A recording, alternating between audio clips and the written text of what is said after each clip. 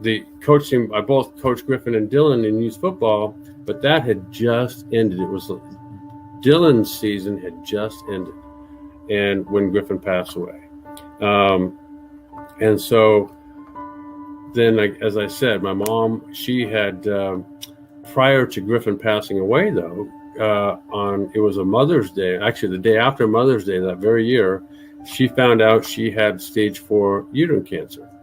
And so she survived just a lethal surgery where they removed a lot. And so she somehow survived that, only to 8 months later pass away. And so there was kind of a rough time there where, for me, it felt like everybody was going, nobody was coming. Yeah. And so, I that led me to a serious bout of depression, to the point where in August of 2015, I actually shot myself and in the head, underneath the chin, and with the intention of not being here.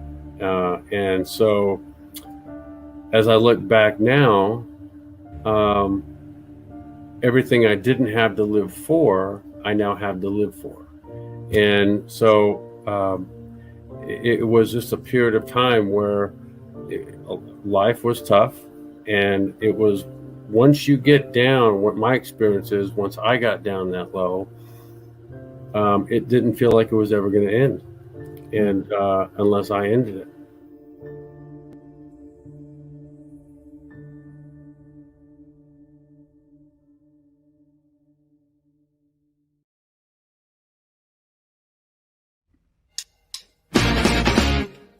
Hey everybody, it's Aldo Gandhi, and I just want to let you know really quickly that our swag shop is reopened. DeepDishTees.com is where you go, and that's tees with T-E-E-S. Clever name, guys. They're the new home of our merchandise. You can get t-shirts, you can get caps, you can get coffee mugs, you can get hoodies, you can get all sorts of good stuff, and you'll help out the bar room with the purchase. So head over to DeepDishTees.com.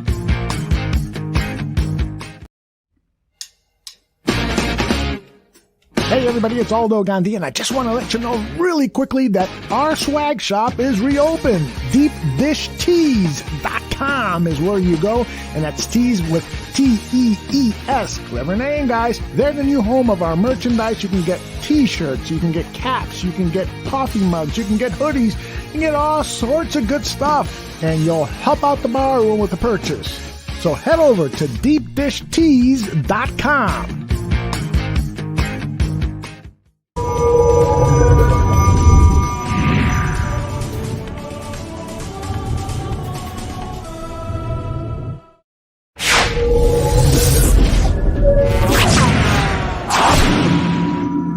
Some may find the following disturbing. Discretion is advised. Put the children to bed. It's time for Dan and Aldo to bare their souls.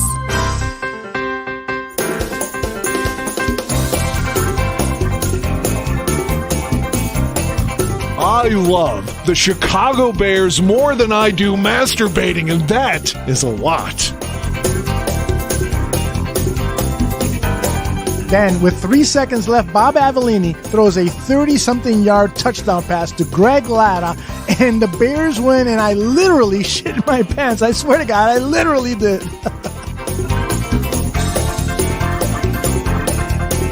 Eric Kramer, for me, I love the guy. He's a tragic figure. I mean, he embodies all that is. If they don't run the ball here, I'm going to vomit. I swear to God. Look, I don't mean any disrespect. He just didn't play that well. Not for a guy of his caliber. You know, they won, but I'm going to be miserable all week because they stunk. I don't really have any recollection of that at all, but I guess perhaps I blacked it all out. So Dan, tape is the ultimate tool for scouts and for coaches to evaluate players, to detect plays and so forth. And they spend hours looking at tape, right? Why do they so often get shit wrong?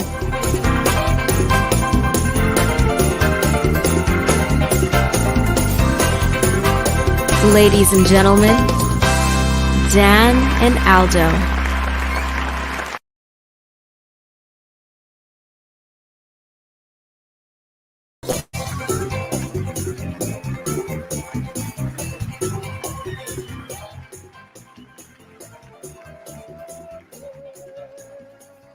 Off to a fucked up start with some I director thought it was me. miscues. I was like, is my internet messed up? What's happening here? I don't know what the fuck happened. I did a couple things wrong, and it was a terrible start to what should be a great show about a fucked up game. Yeah, I thought maybe we were speeding up. I was like, well, maybe he's just doing that because his voice is about to come in, and it's like, dun, dun, dun, dun, dun, dun, dun, dun, Aldo Gandhi, whatever. I was like, well, that's a nice touch, but I guess it was unintentional. So. No, it was totally unintentional. It's like a Matt Nagy completed pass from whatever quarterback it is. It's an absolute accident anytime it happens. Absolutely. Travis says he is caught in a pretty good storm and he can't wait for tonight's show. Other than the obvious, how was your Cleveland trip? You tell him, Dan, how was your Cleveland trip?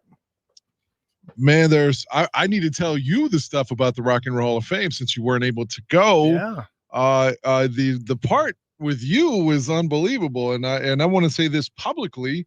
I should have said it before he went on air to you privately, but I mean, you were so generous, and it's just, man, no one's ever really just bought me stuff like other than my mom, but here you are like, no, let me get this. Let me get this. Let me get this. Let me get that. Let me get this. No, I got the appetizer, and don't worry about the parking and all this shit, man. It's just, it's overwhelming. Like I said, I felt like you deserve a fucking man hug, just thank you. And thank you for being my friend. And thank you for doing the show. And just thank you for going, man. Like we turned, I think all in all, the trip into something disastrous in the Brown Stadium into something positive. It was fun watching.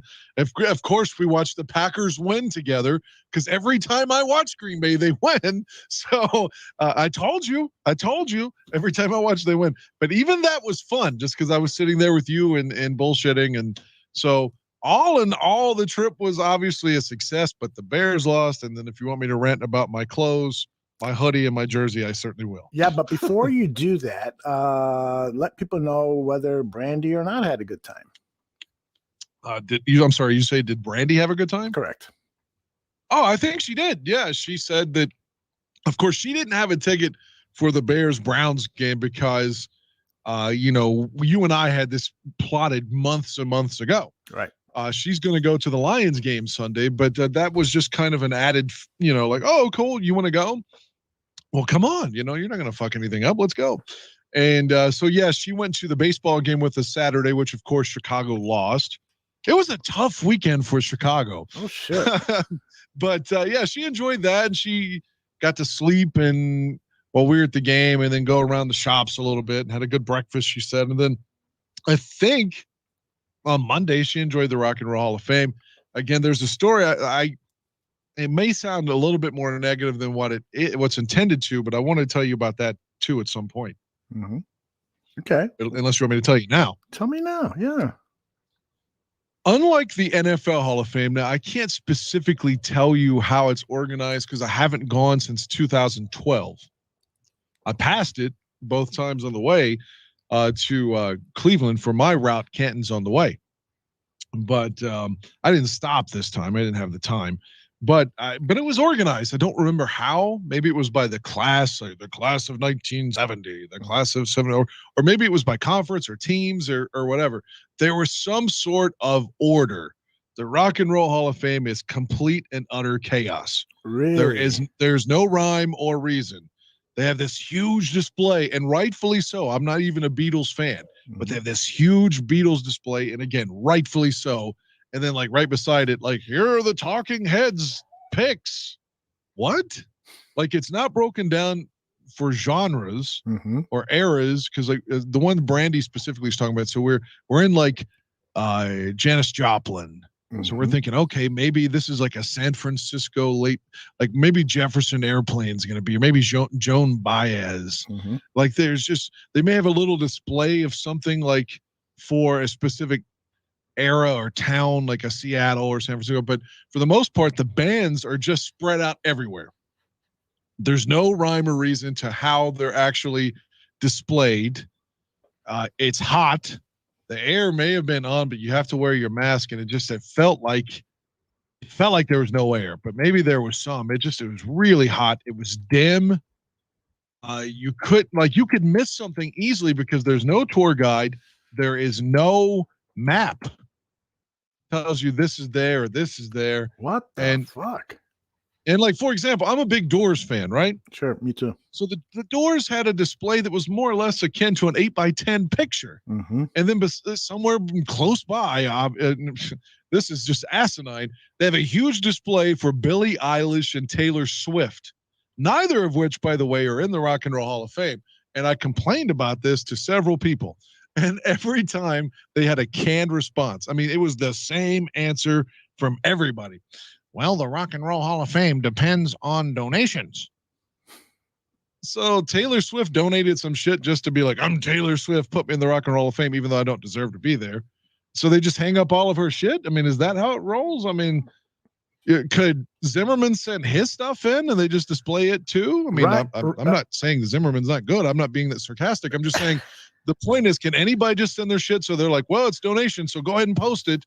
The Doors didn't send us anything, so they don't deserve anything. Well, I want to know how much of a donation it will take, because I'll start a GoFundMe page just to see Steven Zimmerman of the South Suburbs Hitmen show be in the Rock and Roll Hall of Fame. That would be awesome.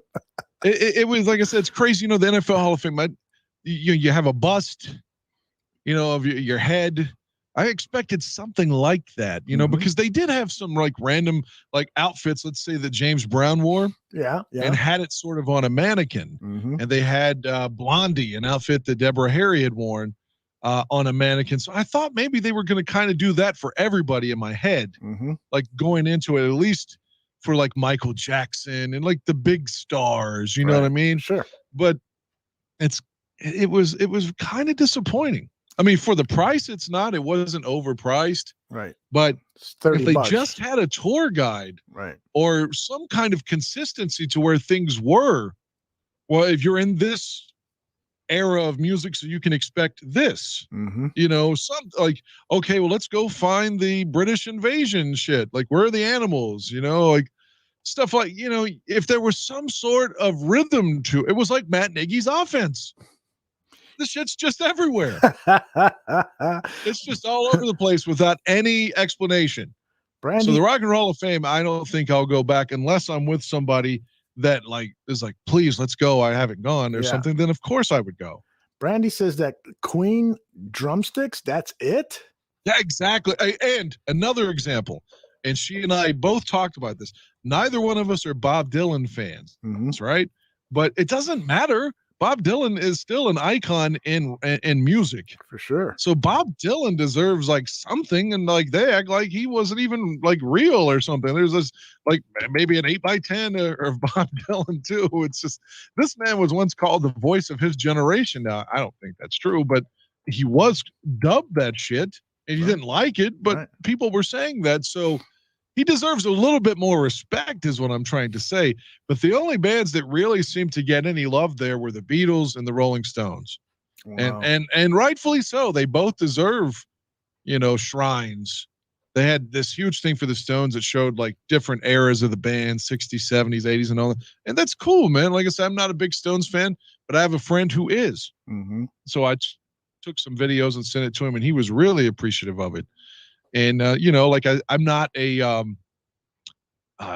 Grateful Dead fan, but I have a lady that she's got a boyfriend now. So I don't know if that means that's why she didn't respond, but I've known her since college, and she was this huge Grateful Dead fan. So I sent her some Jerry Garcia stuff that I found that we just ran up on like for no reason. It's just like, oh, there's Jerry Garcia stuff. And I sent it to her, and she left me at red, but I was trying to do that along the day. I was trying to send people that I knew were fans of something and send it to them. Did you have sex with this Grateful Dead woman years ago? Yeah, we did in 2010, like 2 or 3 times, and maybe 2 or 3 times in 2018. But we were just more or less friends. Mm-hmm. She's very, very smart. She's very political. She's very liberal, and she likes moderately the same kind of music that I do. She doesn't like the heavier stuff. Mm-hmm. By the way, that's another thing we take off topic. So anyone listening, this is unbelievable. So, I rent a Mustang on the trip, it's a 6-hour ride. So I got a 2020 Mustang and got satellite radio. I can't wait to just turn on Howard Stern, because I only listen to Stern now when I'm on road trips, because I don't have Sirius. There's no point in it. I drive, 20 plus minutes to work, and that's it. Right. I mean, why am I going to pay for Sirius? And somehow Ford just decided, well, we're the family fucking car. And Ford had heavy metal stations and Howard Stern blocked out because they are quote unquote too explicit. So I contacted Sirius. There's nothing they can do. They're like, it's not us, even though they wouldn't talk to me. They were just texting me. Right. And it somehow there were settings on the car you could go through, and nothing was set to be blocked. Like if this was your family car and you had a 4-year-old girl or something, like years ago when your daughter was really young, you can block out stations that you feel are inappropriate for kids or something, but nothing was blocked. Mm-hmm. But yet, if you went to Howard Stern or heavy metal stations, it was like my Ford Key, whatever, is deemed this restricted. So the lady at Hertz gave me a credit off, which I was like, look, I'm not complaining. I'm just telling you, like, next week, can I please get a car when I go to Chicago that will fucking allow me to listen to Howard Stern? And I was like, I don't want anything off my bill, but she gave me like $10 off. I was like, please don't think I'm being an asshole. I just want to listen to Stern on the ride. That's all. Well, guess what? I got news for you. James Farley Jr. is the CEO of Ford. Guess who his cousin is? My God, Mitch McConnell. No, you would think, right? Chris Farley. Oh, okay, cool. You would think that a guy who is related to Chris Farley, who could be pretty raunchy with some of his humor, if you've ever seen his stand-up act or anything like that. And he was one of the super fans. Yeah, right. One of the Bears super fans. Yep. You would think that he wouldn't put these restrictions on Ford vehicles. That's just fucking ridiculous. I can't believe that. And Brandy said it best, I think, when we were at the Sox game and we were talking about that subject. She said, you're an adult driving a car. So first of all, what is the likelihood there might not be a child in the car? So what the fuck are you worried about? If there are adults driving the car, they should be the ones making a determination to block out any content that might be considered unsuitable for children, like this show, by the way. Yeah, and the Mustang that we were in, I can assure you, even if it was Brandy driving, which to give her credit, she drove the whole way out. On the way there, I drove a little bit on the way. I was going to drive the lion's share the way home, but I got upset over the clothing thing, which we'll get into in a second. And she saw me at my worst because I was just fucking. It was just okay. Before I get to that, my initial point was to say that even if you're shorter, there's like no back seat at all in that Mustang. I mean, you'd have to be. I don't even think if you had a child in like a kid's seat, whatever they're, the baby seat, whatever the fuck those things are. Zimmerman, I know, has got to have one right now for his newborn. Right. One of those like baby seats. I don't even think that would fit in there. This car was tiny. It was so small on the way back when I was frustrated that I was afraid to say, just kill me, which is what I always say whenever the Bears lose or whatever, just fucking kill me. I was like, man, if I say that in this little car, someone will hit us and we will die. Yeah. So that's how tiny this fucking car was. I wouldn't even chance it. Yeah. But can I tell everyone the fucking clothes story now? Yeah, but before you do, 4,000 Clovers says, yeah, but how was sex with hippie girl? I think he's referring to Brandy. And so, no, was he talking about the Grateful Dead fan, which is Barbie? Oh, I see. Barbie, Brandy, you got to think for bees, huh? So, but That's a coincidence. Barbie was one of the only 2 vaginas that I've ever been with that squirted. okay. How about that? But she would be so mad if I said that. So I cannot let her know that I said that. She is not a conservative, but she's conservative on these this would mortify her. So she's a really good lady. She's in a relationship now, and I've been happy for about a year plus. So I don't want to rock the boat for her at all. All right, we're going to talk about the game plenty, and we got media reaction, local media reaction. We've got a soundbite from Matt Nagy that we've embellished a little bit. But we're going to talk about this story first. And I want to start it off by saying on the day that we're leaving, though, checking out of the hotel, checkout is at 11. So we got to take all our stuff out because. And we want to do it, by the way. You called to ask if we could carry our own shit out. Right. And which is like, if I'd have done that, my shit wouldn't be in Cleveland right now. Let's just say that. Well, you gave it away now. Oh, okay. Go ahead. My bad. This guy. So we go downstairs to the lobby, and so we ask, can we leave certain things behind so that way Dan and Brandy can go to Rock and Roll Hall of Fame, and then they can come back and get their things and get their car and be on their way. Oh yeah, absolutely. We do it all the time. And so they check in their clothing, and bags. So I will leave the rest to you, Dan. All right. So she gave me, we had one ticket for the car. Because again, someone had to keep our keys and drive the car, which in itself made me feel extremely paranoid because it's a rental car, and if they lose those fucking keys, then I'm down $250. So the whole time I was internally, if I thought about the valet parking just for a second, it would create anxiety because nobody cares about your stuff the way you care about your stuff. And so, okay, so I can't carry my own shit to the fucking car, which in itself, again, makes me extremely fucking angry. But I didn't say it. I wasn't a dick to anybody. So, okay, they tag it. All right, it's going to be okay. It's going to be okay. We walk and we go to the Rock and Roll Hall of Fame. And I don't know if it's coincidental or not, but overwhelmingly, the majority of the back is uphill. And, I hadn't pissed in a few hours or something, so when I got back, I was just like dying. I was like, God, I got to piss. So Brandy's like, okay, I got it.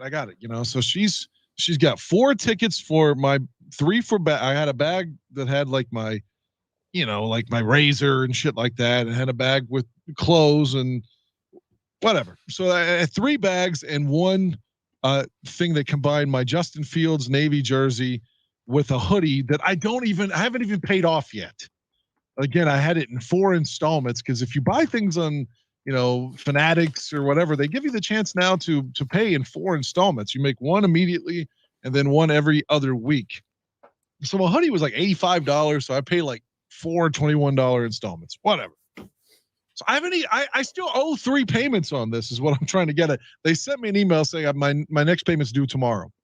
I just got the fucker on Saturday. It just came in on Saturday. I wore it to the Sox Indians game. I wore it to the bar. We should shout out the people that I met because I don't remember who I met, but I met people at the bar. But and then so anyway, I love the hoodie. It's sold out. You can't even get it now unless it's a small or a medium. It's a starter Bears hoodie. So that's just my hoodie and my Fields jersey. So Brandy's taking care of that. I'm in the bathroom. I just had to piss. I was gone like 3 minutes. So part of this is on me. Let me just say that. So she's like, I come back and she's like, okay, we got everything. And I was like, all right, so let's put it in the car. And then we're like, well, the car's not here yet. So I just sat down and I just assumed everything was there. And we got in the car and we left. And the car came around, which is my fault for not looking through the stuff. It is. But I didn't know that the one thing that Brandy told me while I was pissing, the lady who was there when we left said, well, what's this other ticket for? And it not being Brandy's stuff, she didn't know. But I kept thinking, well, why the fuck didn't she ask me that? It's like, oh, by the way, sir, what's this other ticket for? But again, I should have looked through my stuff. This is in a lot of ways is on me. If they just let me carry it out, it wouldn't have been a fucking issue. But so we get somewhere past Canton and it just pops in my head. I didn't see my fucking jersey or my hoodie. I'm driving the car and it just hit me. And I was just like, and she's like, oh my God, I didn't either. And this is where the story really gets mad or makes me mad. Suddenly, it's like a Twilight Zone episode. Their fucking phones won't work either. That's right. I mean, if you call them, it will either say, "Welcome to Verizon. The number you're trying to dial is not reachable." What? And you call back and they're like, "Residence Inn Hotel. Yeah, hi." And then the phone would drop. It would drop your call, or it would just ring and ring and ring. I literally called them over 200 times because I couldn't stop. I was obsessed. I've got to find out if my shit is still there. It's not in the car. Maybe it's not there. I don't know. Finally, we figure out that the stuff is at the hotel. Like 150 calls later, because I can't get them on the phone again to confirm. One person says, "Yeah, we tried to call Gandaya or something. We tried to call him." Click, basically. And that's when I called you. I was like, have they called you? I knew you were driving. I didn't want to fuck with you. So they either tried to email you or call you, they said, because the room was in your name. So, you're like, "Hey, calm down. I'm on the road. My wife will call them. We'll take care of it. Don't worry." You're like the calm in the storm and stuff. But I'm like wigging out, like Brandy's like, "Well, just let me drive," because I'm like frantic, like, why won't they answer the phone? Fuck. Like I'm not yelling at Brandy or anything personally, which she will vouch for. But I was really like just exasperated. Like, why is this happening? And I'm expecting my shit to never be seen again. I can't rebuy the hoodie. The jersey's fine, whatever. I can buy it again.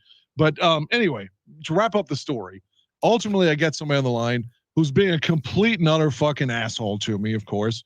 But she's like, "Well, if you're going to have to buy a shipping label." Okay, fine. Let me buy the shipping label. I go to FedEx inside a Walgreens in some town in Ohio, and they're like, "Well, we can't create labels here."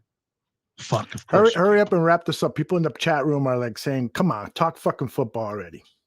Well, I'm sorry if they don't like my fucking Lost Bears story. Like It is going on a bit long though, Dan. Well, I'm giving you the details. So anyway, to finish the story, I finally get them on the phone and I get the shipping label and I email it to them. And then for a fucking day, I can't get them to confirm that they got the shipping label. But today they said they do, and they're supposed to mail it tomorrow. But I feel like, are they? I don't know. But I'm sorry that upset some people in the fucking chat. You're paranoid, Dan. You're fucking paranoid. To call 100 times is paranoid. If you were, That's not paranoid. They wouldn't answer the fucking phone because man. It wasn't fucking working.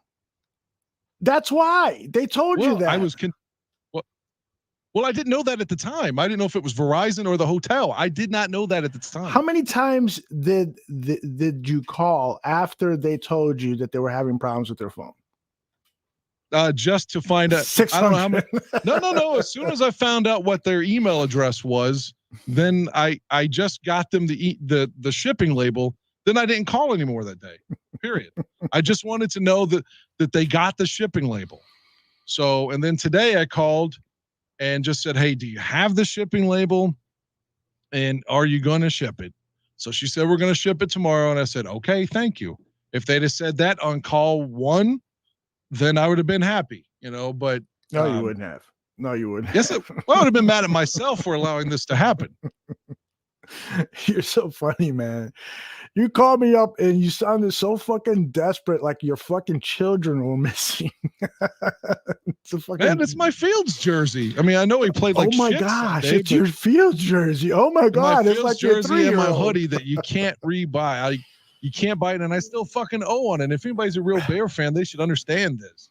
Somebody, Herney777 says it was probably repossessed because you failed to pay on payment. Oh, no, I didn't. It's a joke. It's a fucking joke. Jesus. It's a $21 installment. If I can't fucking pay on it, then Jesus Christ, I couldn't afford to go to the game.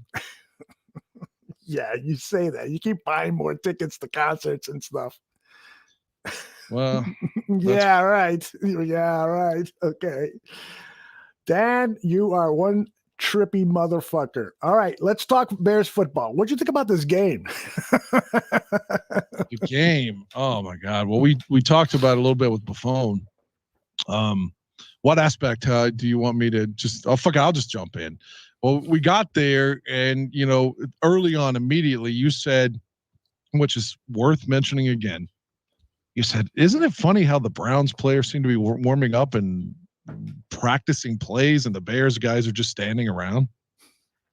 In the pregame, the Browns are like running their full fucking offense and the Bears are just standing there high-fiving each other, not doing shit. It is so true, guys. We got there early, got our seats, so we wanted to see the pregame workouts and so forth.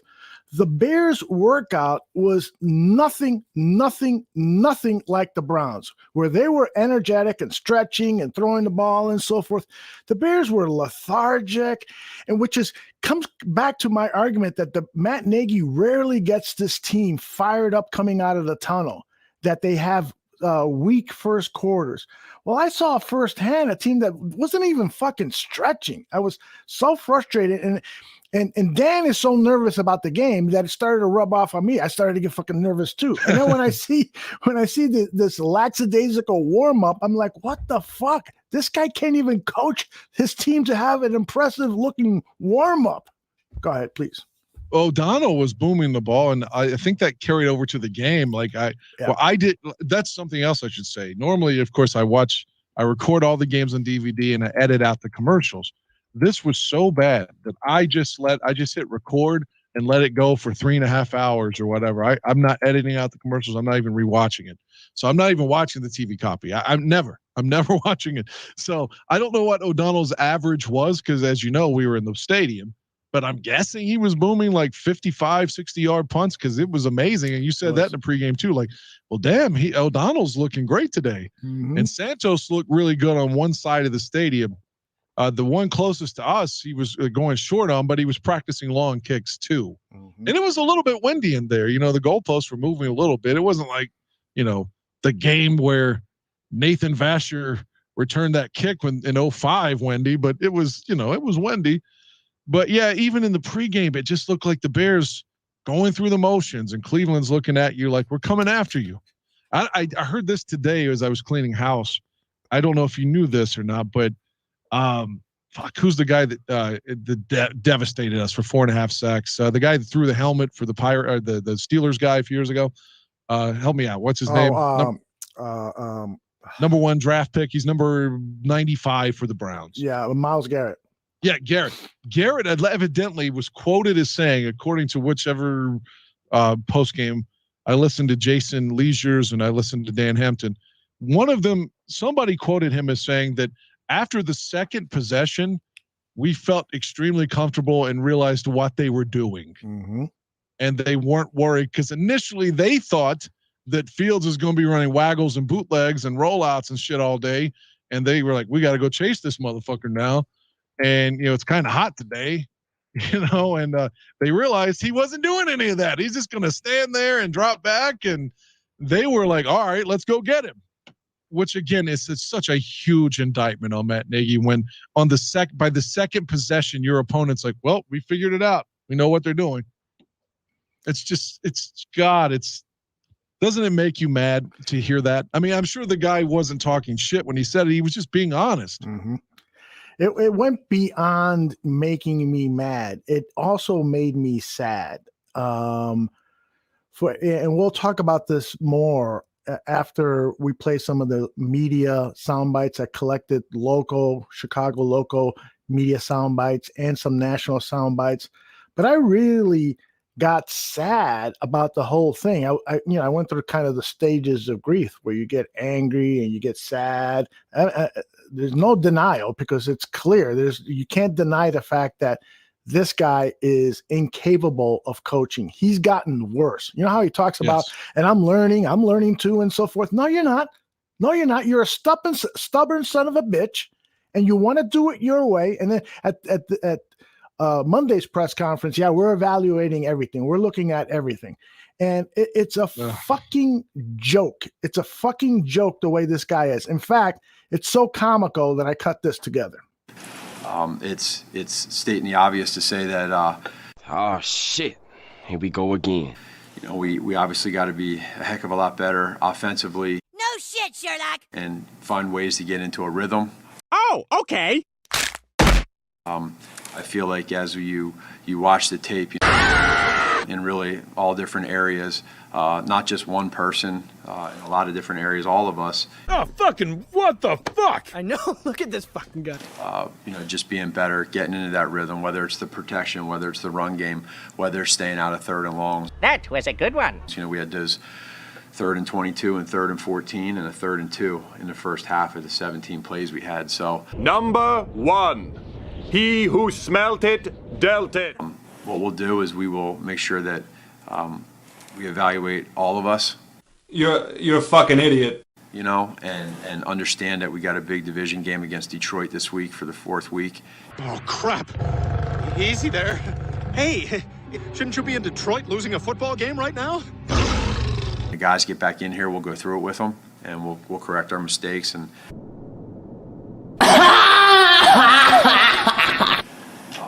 understand that, yesterday is, you get to a point yesterday where, statistically, when you look at that and you see what went on and what happened, we understand that we're all very frustrated and angry, but it's about solutions now, and we got to do it, and that's going to be my job as the head coach. I need to do that, and it starts with me. Fuck you. Fuck the plane you flew in on. Now get the fuck out of my hotel room. And if I see you in the street, I'm slapping the shit out of you. That was Matt Nagy's first words in Monday's press conference. It was even more downhill from there. And I'm at a loss for words at how ridiculous this motherfucker looks now. And we're in our sad period where we are looking at this organization and thinking it's a fucking embarrassment, an embarrassment. Mark Carmen on WGN show, who's the straight lace guy, and he's the host with Hampton and OB, and Koss comes on too. I don't know who did it for him, but I don't know if it was him, it was a staff member or whatever, but they had a layout of various post-game quotes from Matt Nagy from, say, 2019, one from 2020, and then compared it to what he said on Sunday after the game. They didn't have that one because that was Monday, I guess, right? But they had 3 quotes that sounded basically the same, with him saying, "This is on me. This is on me," which sounds good on paper. But he has said this shit so many times, was their point. Mm-hmm. And you don't even know what year it is. It could be 19, could be 21. They're like, all this together, like, he's not learning. How much more do you need to see before you make a fucking move? Mm-hmm. It's awful. I've seen enough. And we know the Bears' history, on fire coaches in the middle of the season. Well, they got to fucking change history. In order to change results, you need to stop doing the same shit you've been doing over and over and over and over again. Travis has the chat line of the day. He's got a bunch of clown emojis followed by shit emojis followed by clowns and more shit. It's a work of art. Think about this. The game famously in 2000 that got Cade McNown shipped out of here, basically, was when they went to San Francisco. It was Jerry Rice Day. Terrell Owens had 20 catches. Week 16 of 2000. And the Bears offense didn't make it past midfield all day. Mm-hmm. You know what they had? What? They had more total yards than Sunday. They had more passing yards than Sunday. Conversely, a couple of years ago when we had Matt fucking Barkley, and basically his number 1 receiver was Josh Bellamy or Deontay Thompson, they had much more yardage, passing and total yards. The Browns had the ball for like 41 minutes on Sunday. And this guy's got Allen Robinson. He's got, what you think is a good tight end in Komet. I'm starting to worry about that. But they got Jimmy Graham. They got Mooney. The people we got. Much better than the people that Matt Barkley was throwing to. And they're able to move the ball. But not with this fucking guy. Mm-hmm. Not this guy. It doesn't matter how many toys he has to play with. He can't do anything with them. It's awful. This is, you feel like there was the 6-game losing streak or the 4-game the year before, but dare I say this is his rock bottom? Yeah, it is his rock bottom, because if they have another performance like this against Detroit at home, I'm pretty sure you and I are going to storm the field. He may get the hook on Sunday after the game. If they play like this against Detroit and the fans at Soldier Field are booing, that might be what gets him fired. Make the McCaskey, whom we saw Saturday, by the way, make a move. But are you afraid? Let me ask you, are you afraid that to try to soften the blow on any criticism, he's going to just start Foles now on Sunday so he can be like, well, if they have the next putrid performance, you can be like, well, we still have the rookie. We're still trying to get him ready. Yeah, because if Fields plays bad another game, then it's on him. But he buys himself time if he puts Nick Foles in there. Mm-hmm. Don't you think that might happen? I do. They're all and the media clips that I have here. I'm not sure I included the one that perhaps Nagy sabotaged this whole thing to kind of prove to people. I told you Justin Fields wasn't ready. So he didn't provide the protections. He didn't provide the scheme and the play calling and the so forth to sort of underline that he was correct about not starting Justin Fields. Now, I don't think that's true, but maybe subconsciously Matt Nagy sabotaged his own team. I mean, because he's such a fucking egomaniac. And it was, at first when he came in and says, all starts with me, this is after the game, the press conference after the game, all starts with me, blah, blah, blah, blah, blah, blah. Yeah, at first I thought, well, that's good. He's taking accountability for that. But he really isn't. He really isn't. Although he just wants you to say, oh, you did the right thing, coach. It's just to make him look good. Yeah. He's got to feel that his job is in danger at this point. I mean, unless he is blowing George McCaskey and McCaskey loves it, there's just no fucking way that his job isn't on the line. I don't care what assurances were given to him. I don't care. What happened Sunday was an atrocity. I agree with you. A good segue quickly to tell the chat room is that you and I were referred to as homosexuals yes. at the game. So we're sitting there after this beatdown. It's like we're sitting there stunned the way Fields is looking on the sideline. Yes. Like, how is this happening? So you and I are just sitting there like, should we leave? Should we just sit here? Like, what do we do? It's like we're at a fucking wake. And the Browns fans are jubilant and walking up at the stadium. And they're like, oh, well, look, you two guys still have each other. You're in love. And my comment to him was like, thanks, homophobe. But yeah, we were accused of being lovers just because we're sitting in the fucking stadium. I'm on top. That's all I know. Hey, you know what? I hate to say it, but a little gay sex would have probably been better than what we saw on Sunday. Not for me. It was so bad. Like we went to the worst game imaginable. Yep. I mean, seriously, this is one of the lowest moments. Like you've been a Bears fan longer than me. Can you honestly think of a game that was probably worse in your tenure of watching football? Yeah, those two 50-point losses on consecutive games. Well, okay. Right. That to me was the low point that I've ever seen in Chicago Bears history. And I started following them in earnest in that 1969 1-13 season. So I've seen a lot of terrible shit. But those two 50-point losses, Packers scored 50 on the Patriots and the Patriots. Was the Patriots game nationally televised? I remember the Packers game was.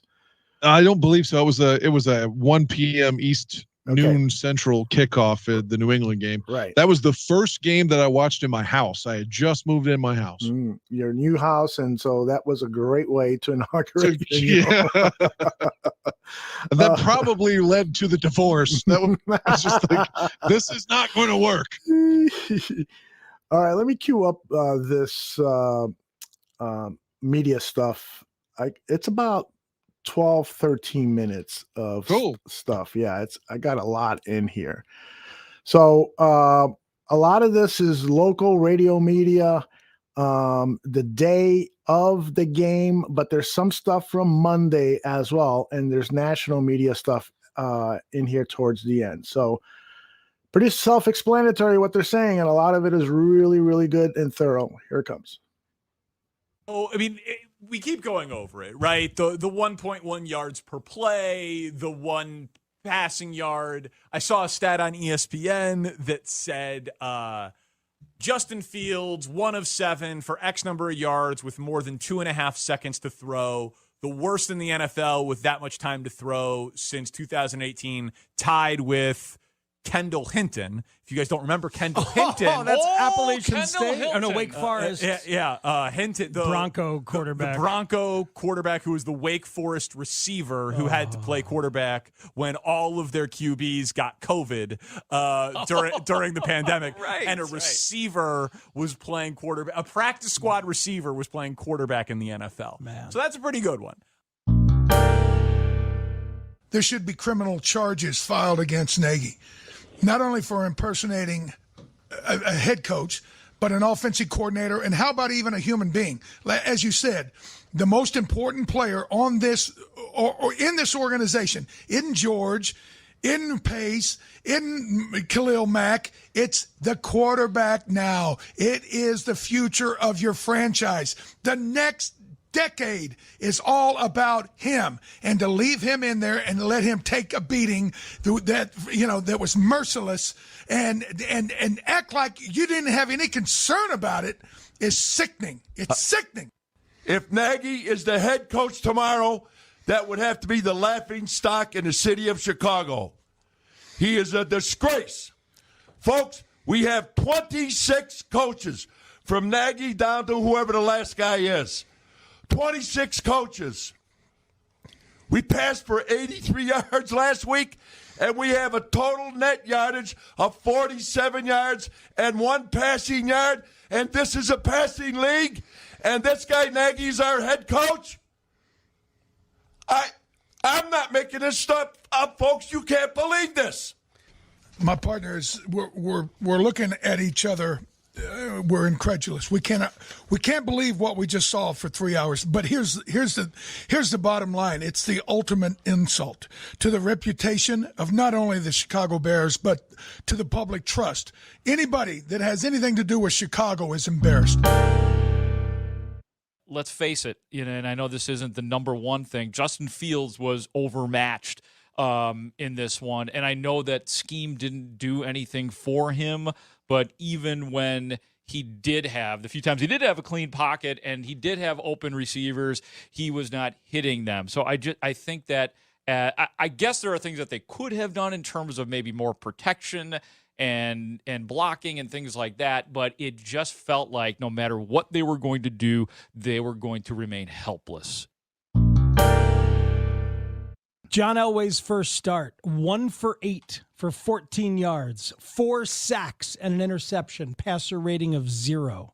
Troy Aikman's first start, passer rating of 40, 2 interceptions, 2 sacks. Peyton Manning's first start, 3 interceptions, 4 sacks, passer rating of 58.6. If you're good, you will learn from this and survive and thrive. I mean, that's what we've been talking about with Fields. I don't think Fields is going to be broken by one of these. 6 of these, 7 of these, with no adjustments from the coach and no help protecting and getting battered 8 or 9 times every game, maybe. But one? I think it's just a step back. I like it. Of course, this didn't ruin his career, and of course, I still think Justin Fields can be great in his career. But this is 1 or 2 steps back. Like, I think this is something from which he has to recover, not something from which he will learn. Number one thing was Matt Nagy is lucky. Like, he is lucky that he came out of that game with a bruised hand and a negative X-ray. He was getting squarely. I mean, these weren't just shoestring tackles. Yeah, if he came out of that with a Joe Burrow injury on a play where he left Myles Garrett with no extra protection for Jason Peters, Matt Nagy is, he is fired. See, not literally fired today, but his career is over. I saw that kid in the pocket, and I saw him getting killed in the pocket. And David, just for a little icing on the cake, you have him stay in, and you go for it on a 4th and 10 when you have absolutely no chance of you're averaging, a yard, 1.1 yards a game? I'll have to check the Twitter account of one Jimmy Graham to verify. But the idea that you go for it on 4th and 10 just to get one last sack of him, right? I mean, I don't know what else you're thinking. And he hurts his hand, and he has to get an X-ray on his right hand after the game. I don't understand why you did that to him. What was the purpose of that? And to me, that's a microcosm of the entirety of what we saw on Sunday. Poor judgment, loss of poise, and you put him in harm's way, and it was indicative of everything else that happened throughout the course of a long day. Mully, 40 inches per play is what the Bears averaged. 1.1 yards, 40 inches per play. And as some smart aleck texted me, it is a game of inches for the Bears. That was you. And well played, but that was embarrassing offensively. If you didn't see this coming, you haven't been watching. So the offense has been built this way. I was part of an offense that played against the Giants that gave up 9 sacks, okay? We had Jamarcus Webb at left tackle. We had Lance Lewis, 2 seventh-round picks. We had Frank Omeal, Jamarcus Webb was the right tackle. We had me, I was quite old in my 13th year. We had Roberto Garza, he was in his 10th year. If you didn't see the way this offense line has been built, the way Coach Nagy has been calling plays, how bad the offense has been for years, if you didn't see a performance like this coming, you just haven't been watching the Chicago Bears. And early in the week, talked about a lot. He has to consider at least firing himself as offensive coordinator. Just looking at last week, how close that game was. We won that game by 3 points, and we had 4 takeaways, scored on defense, and we still only were able to win by 3. So this is the way this team is built now. So now we need that performance every week. In order to win, that's the performance you need. Now we revert back to what we saw a little bit of that first game. We had some sacks, but then we got missed tackles on the back end, whether that's linebackers, whether that's Eddie Jackson, other defensive players. Both safeties on the Kareem Hunt run, both of them had a chance to make a tackle. Now, totally different tackles. One had a chance to make the tackle in the backfield. The other one had a chance, but he has to understand, Eddie has to understand, if he gets by me, it's a touchdown. So you break down and you get him to the ground. That is like understanding what type of tackle you have to make. You can't come in and make a big hit on that one. You got to get him to the ground. I truly believe if George McCaskey cares about winning, not this season, that team's not going anywhere. He's talking about developing another quarterback they traded up to get. Matt Nagy should not have an office tomorrow. He should be fired tomorrow. You can't put as incompetent a play-calling scheme out there today, which looked almost like he wanted to say, I told you he wasn't ready. I want Andy Dalton back in. Right, that's what it did. It did look that way. So if you take a look, just the way they're built. So in 2019, when they fired people, they said the offensive line was the problem, right? They fired the head coach. They fired Heffrick because they couldn't run the ball. So they've been trying to fix this since 2019. Like Cap said, eventually you have to say they don't know how to fix the offense. Literally is no other way of describing the Chicago Bears right now with how they've mismanaged quarterbacks over the Matt Nagy tenure than a dumpster fire. I mean, there's no other way to put it. You know, when he saw a decline in their offensive production, he blamed it on the former offensive coordinator, Mark Helfrich. They fired some other assistants on that staff, Harry Heastan, who have really, really strong reputations amongst coaching circles. So that was surprising, but he used them to be the scapegoat. Then it was Mitchell Trubisky, and they blamed everything and put it all on him, even though I never felt like they ran a system that played to his strengths. And now you get in Andy Dalton, you get in Justin Fields, and nothing works within this offense. I mean, he has no one to blame but himself at this point in time. The number one job of an NFL coach is you should walk into that game versus the Cleveland Browns and say, I'm not going to let Myles Garrett beat us. He's the best defensive player on the Browns team. I can't let him beat us. They didn't put together a game plan to stop Myles Garrett. That's a direct indictment on him and the lack of coaching or game planning he did. There's no excuses about it. I mean, this is as bad of a job as I've ever seen as far as game planning goes, in particular for a rookie quarterback. The Chicago Bears should fire Matt Nagy today. Dang. Because yesterday's game plan, which was the worst one I've ever seen in my life, was either negligence or intentional. It's been 149 days since the Bears drafted Justin Fields.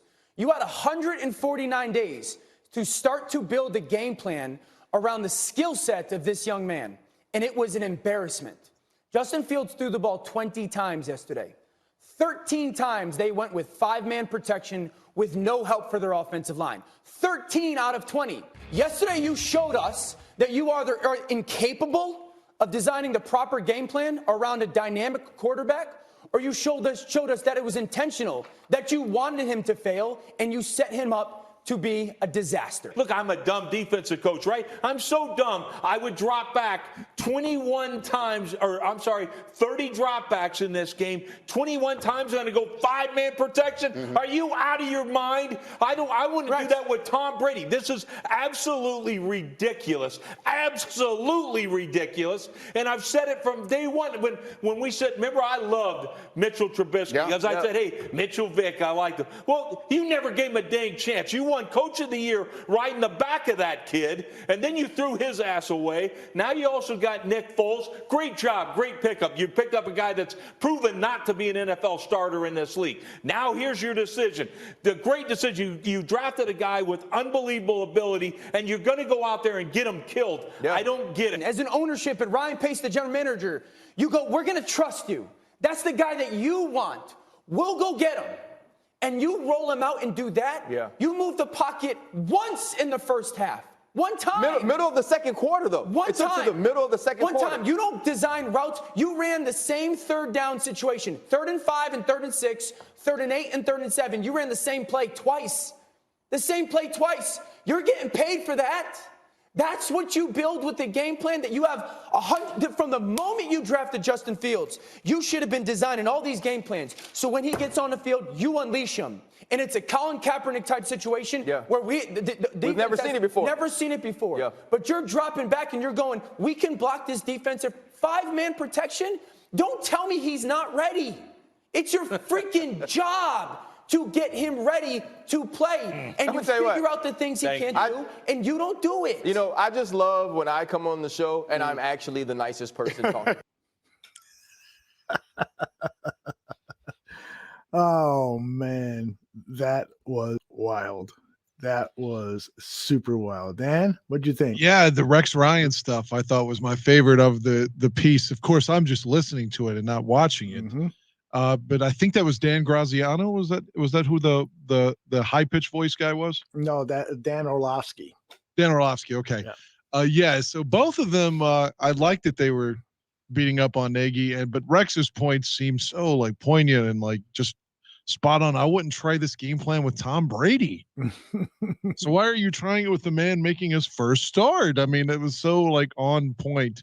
I love Dave Kaplan, as you know, and I like the fact he wants Nagy gone, and it was a great job by you. The compilation was spot on. Of course, the stuff that OB and Hampton were saying, everything, man. It's just like everyone, like I told you in a voice message several hours ago.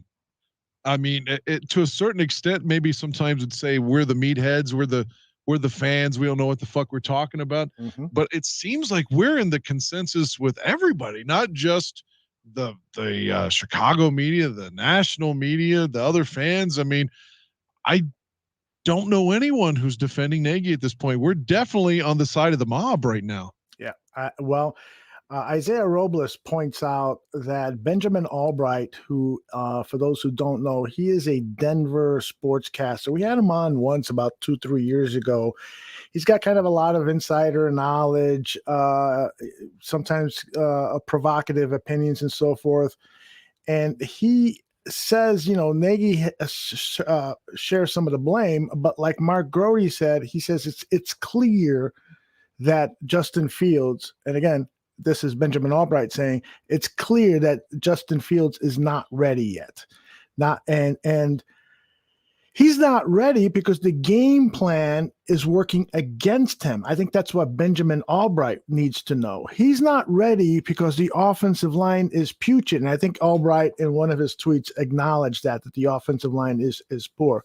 But he's not ready because it's the poor coaching around him. It's not about the guy's skills. He can get the job done. We saw him against the Cincinnati Bengals. He threw a beautiful pass to Allen Robinson, who dropped it in the end zone.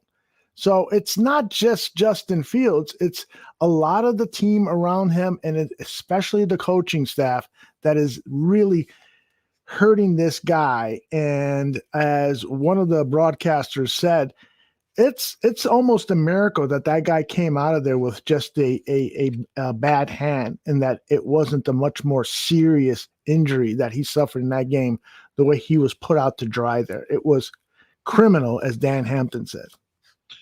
Yeah, I agree with everything you said, and you may recall that I said this at the stadium.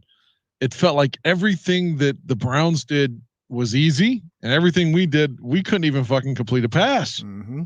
Everything was so hard. I mean, other people have said this too, so it's not just me. I'm not the genius here. I'm not Matt Nagy calling myself a genius, but why no screen passes?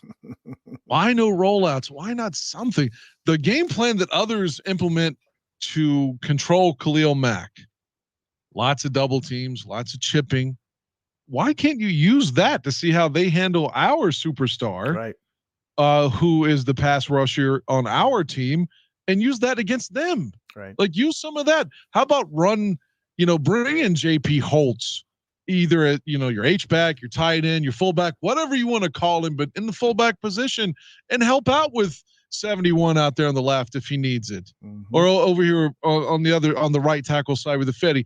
Whatever you got to do, man. Like, just give him another second, and then maybe he can make a throw to Robinson or Mooney downfield. But Nagy's not letting them run routes downfield. But another thing that you have said before, and I didn't focus on this during the game, but I think it's still very it's very poignant to point out right now, is to say that our receivers never seem to have any separation, and some of that has got to be on Mike Furry, the wide receiver coach. No one's ever open. If you got this blazing speed, why is that? Mm-hmm.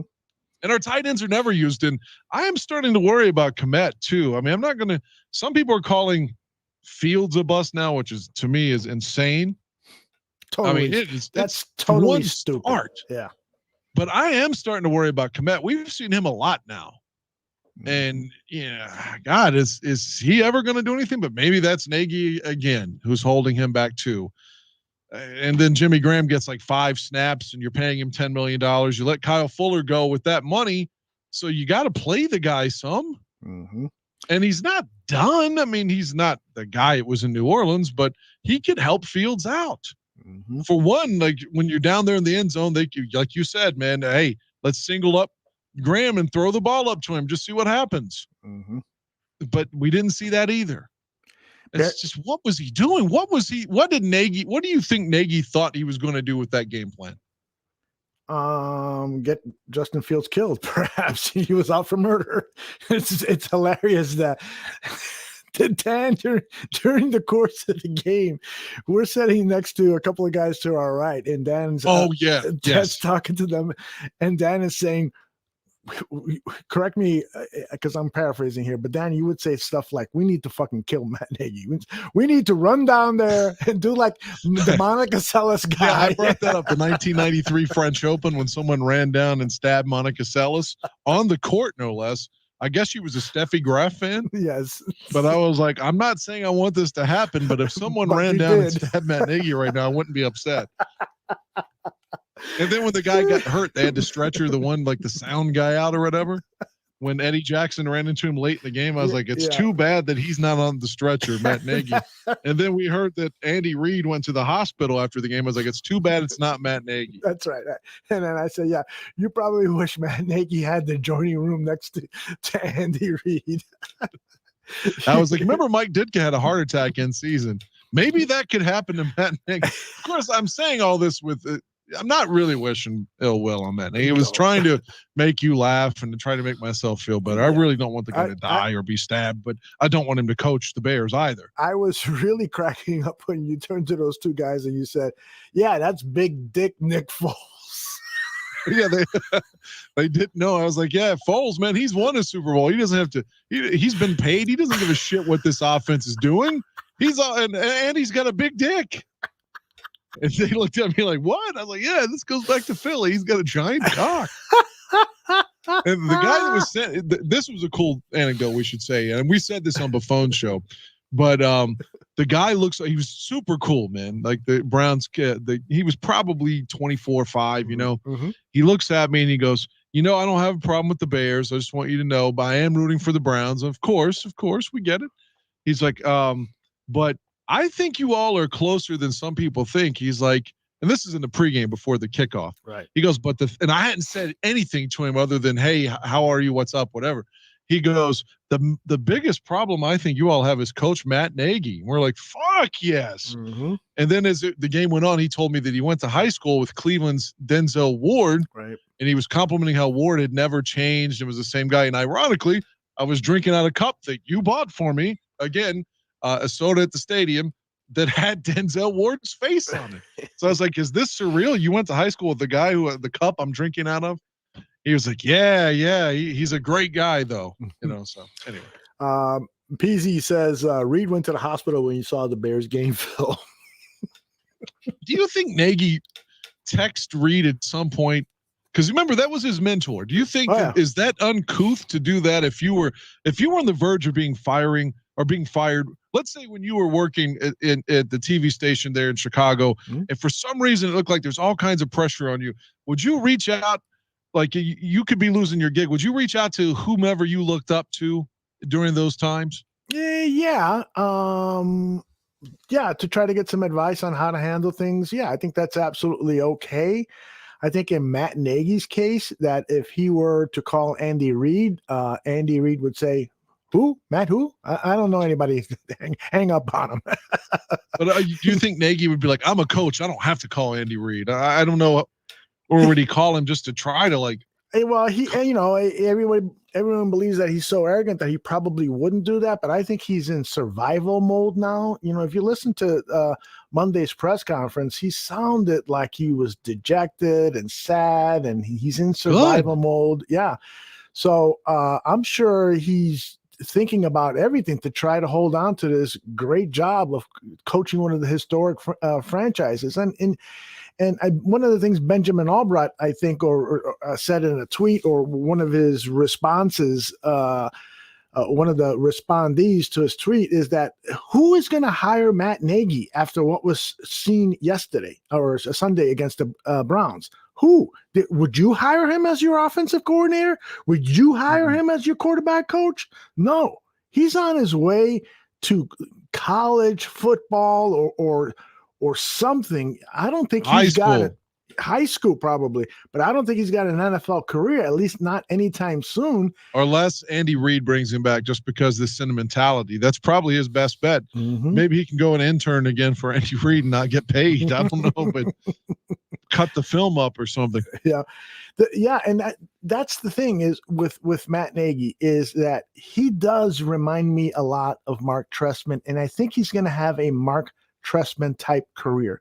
Matt Nagy will be coaching in some other league. Oh, you think he's CFL bound? Yeah, I think I really think he is. I think that, and he might find success there, but he's not an NFL coach, at least not now and not for the foreseeable future.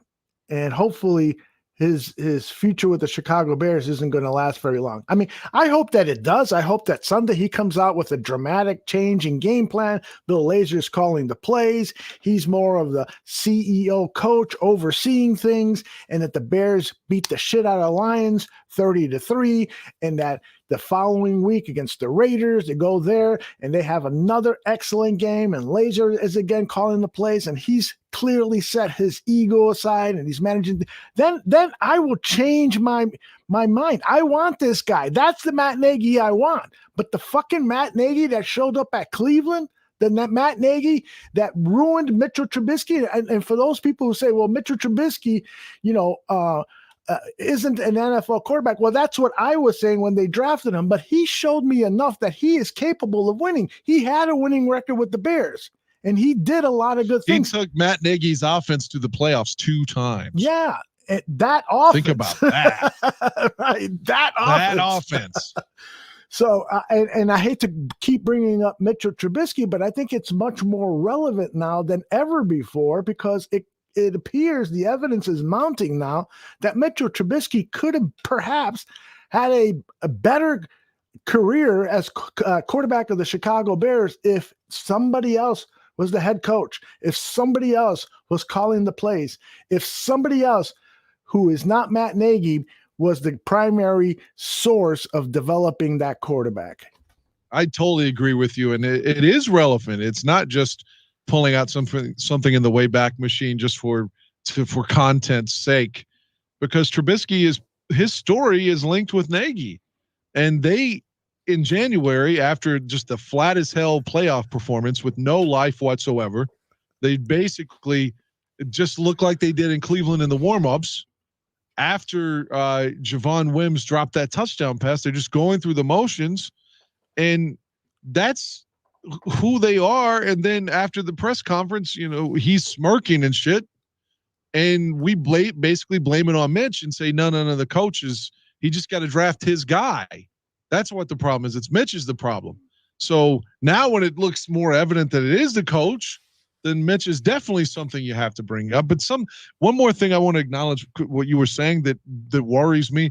You remember, I guess it was 19, but maybe it was 20, but I think it was 19 when Nagy said how Nagy's press conferences are, you just can't, they just run together. He said something like, if Lazer's calling the plays, you probably won't know it. It's not like I'm going to tell you.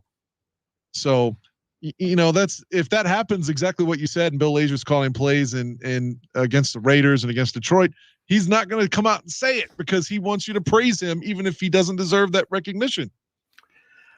I had forgotten about that whole thing. If Bill Lazer's you remember it though, right? Yeah, now that I acknowledge absolutely, it, right? Absolutely. Okay. And that is, I don't know, man. I'm trying to censor myself because I don't want to go completely off. No, go ahead, say it, man. This isn't Buffoon's show. This is the Rated R show. You can say what you need to say. I try real hard to give people the benefit of the doubt. I try real hard to be kind to people, but I'm fucking fed up. I'm fucking fed up with this idiot, incompetent asshole. A year ago, if you would have said this motherfucker can never turn things around, I would have, been that contrary voice and says, well, maybe this or maybe that, but I can't fucking do that anymore. This guy has pissed me off so fucking much that I want him gone. I want him gone. If they have a plaque, what coach is he, the 17th or 18th? If they have a plaque, they need to take that fucking plaque down, and whatever coach he is in the history of Bears coaching, just have a blank space there. And for Trestman too, just a blank fucking space there. I don't want them to be associated with the Chicago Bears because there are incompetent idiots. And a number of people have been saying, yes, but nothing is going to change until the organization makes some changes at the top. And clearly we're talking about Ted Phillips. Clearly we're talking about Ryan Pace. Yes, it's time for those two fuckers to go too. I don't think that the management team has to be changed, the McCaskies, because if they don't fucking fire Ted Phillips after the season, then yes, then I will pray. I will do whatever is necessary to hope that the Bears will sell the franchise to a more competent management team, not one that's just going to take the fucking money and be satisfied with mediocrity, satisfied with an embarrassment, satisfied with the fucking bullshit that we saw on Sunday. It's time. It's time. And I'm still trying to compose myself, man. No, it's good. I love you. Do it. I've got a tweet that'll make you feel better. This is you're going to enjoy this. Okay. Not that I'm trying to steal Shane's gimmick. This is right on with what you're saying. The lady's name is Anna Colwell. I think it's Colwell at Real Anna Colwell. If I'm mispronouncing her name, I apologize, but trust me, you'll like this quote. The Bears are not a football team. They are a trust headed by a 97-year-old woman who inherited this trust. The purpose of this trust is to earn income to be distributed annually to the beneficiaries of the trust and appreciate and value, not win football games. This is why you have Ted Phillips, an accountant, as president, and two sons, Michael and George McCaskey, that were given management positions. There are no football people running this trust, and there haven't been since George Halas died in 1983. Sadly, I don't see anything changing until this business structure changes. End quote. Wow, that's a great fucking tweet. Yeah, absolutely. I retweeted it yesterday. So you can see I didn't embellish any of that shit if you go on my timeline there. That is a great tweet. And I got a good buddy. His name is John Roach. And he told me many, many years ago, nothing is going to change in Chicago because it's the management of that team that is ruining that franchise. And I fought back and said, no, they made some bad decisions, but I don't really think it's them. Well, it is them. It is them, and they have no stake in winning.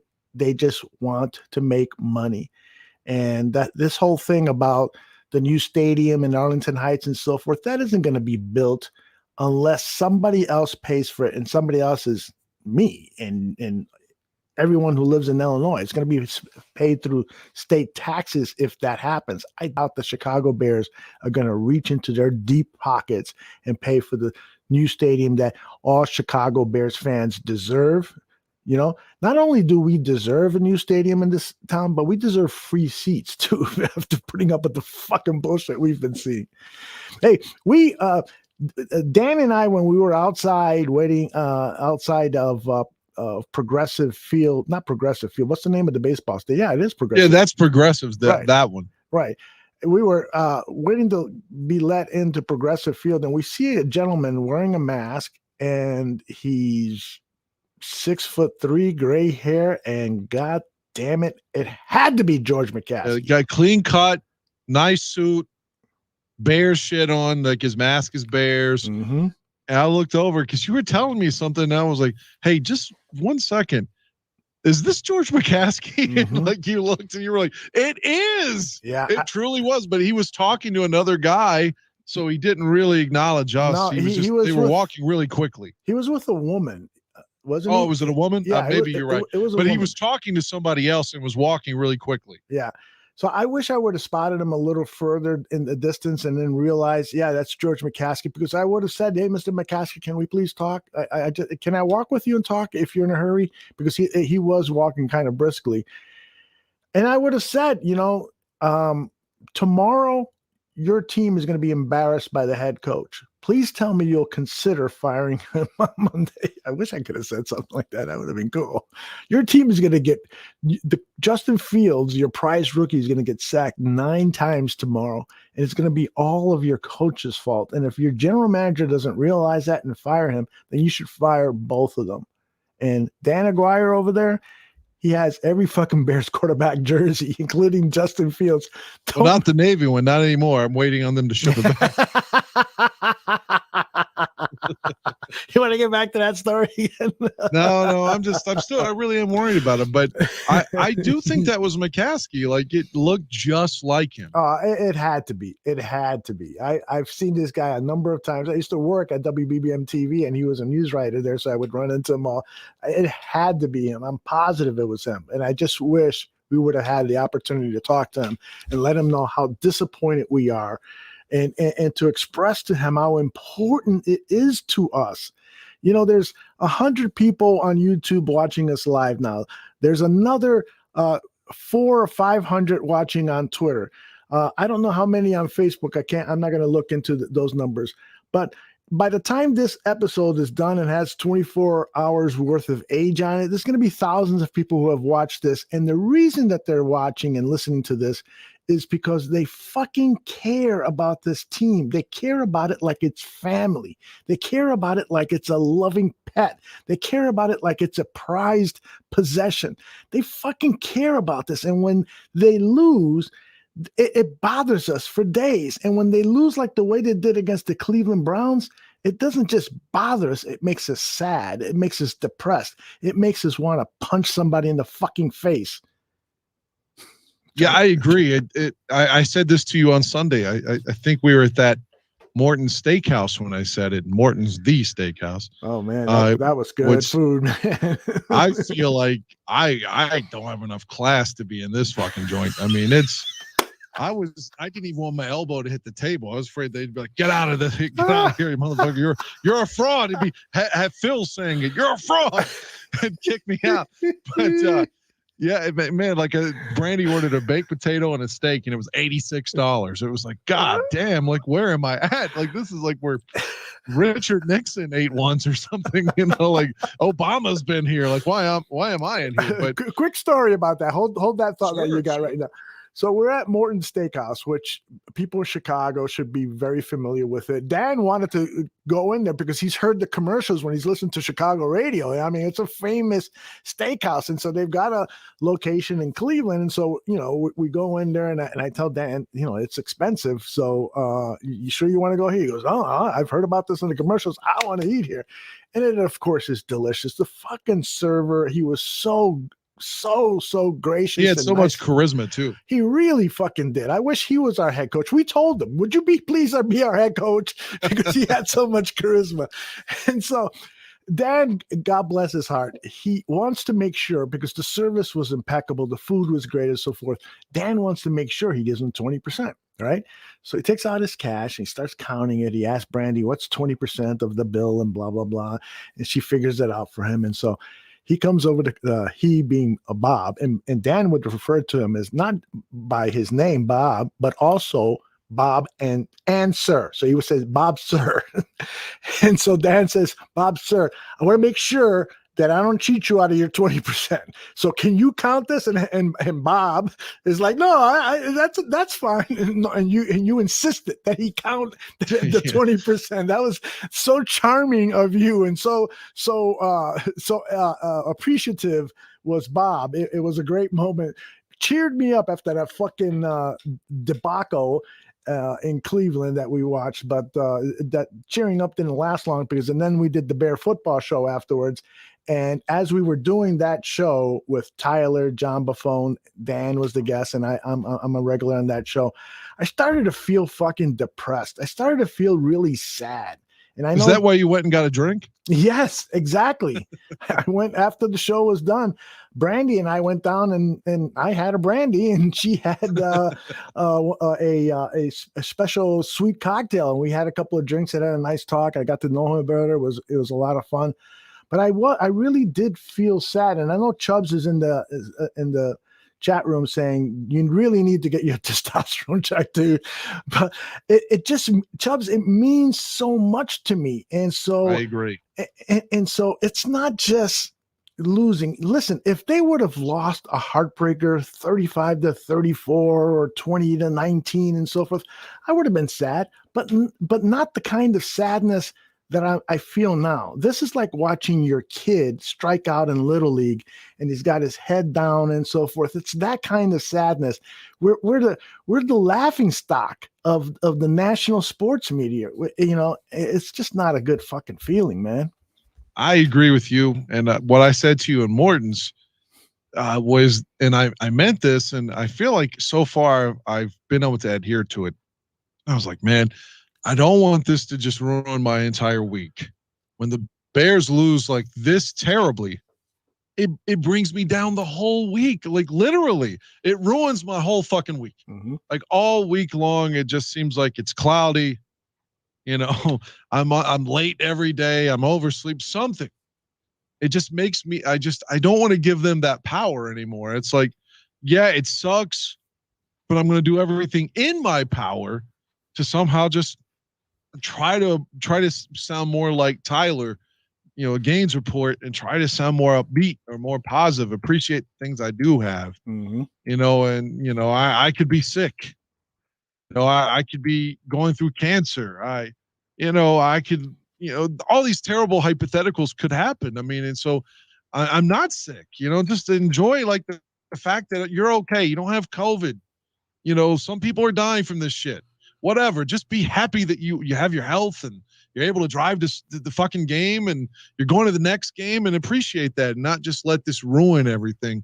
Because I do get in the same funk that you're talking about, where it just feels like the world isn't a good place, you know, when the Bears are, we invest so much in them, which is why I was telling you, like, the fucking hoodie and the jersey mean so much to me. Yeah, it's like, you know, it's like gang members. You know, they have their colors. These are my colors.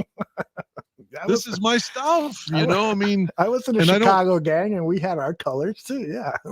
Well, maybe that's a poor analogy, but it's a perfect one. Really is.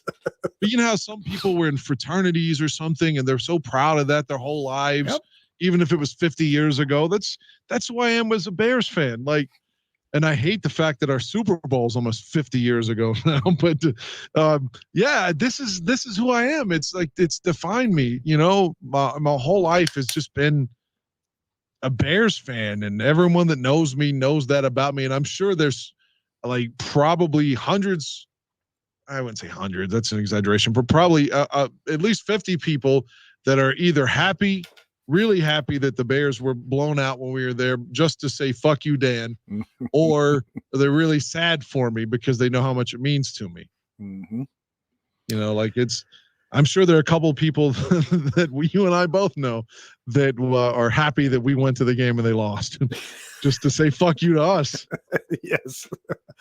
But I got to tell you one thing about the Cleveland fans. For the most part, like 99% of them were super polite people. I mean, you were sitting next to two guys who were really great. These are guys I would love to be friends with, you know, even though they are Browns fans.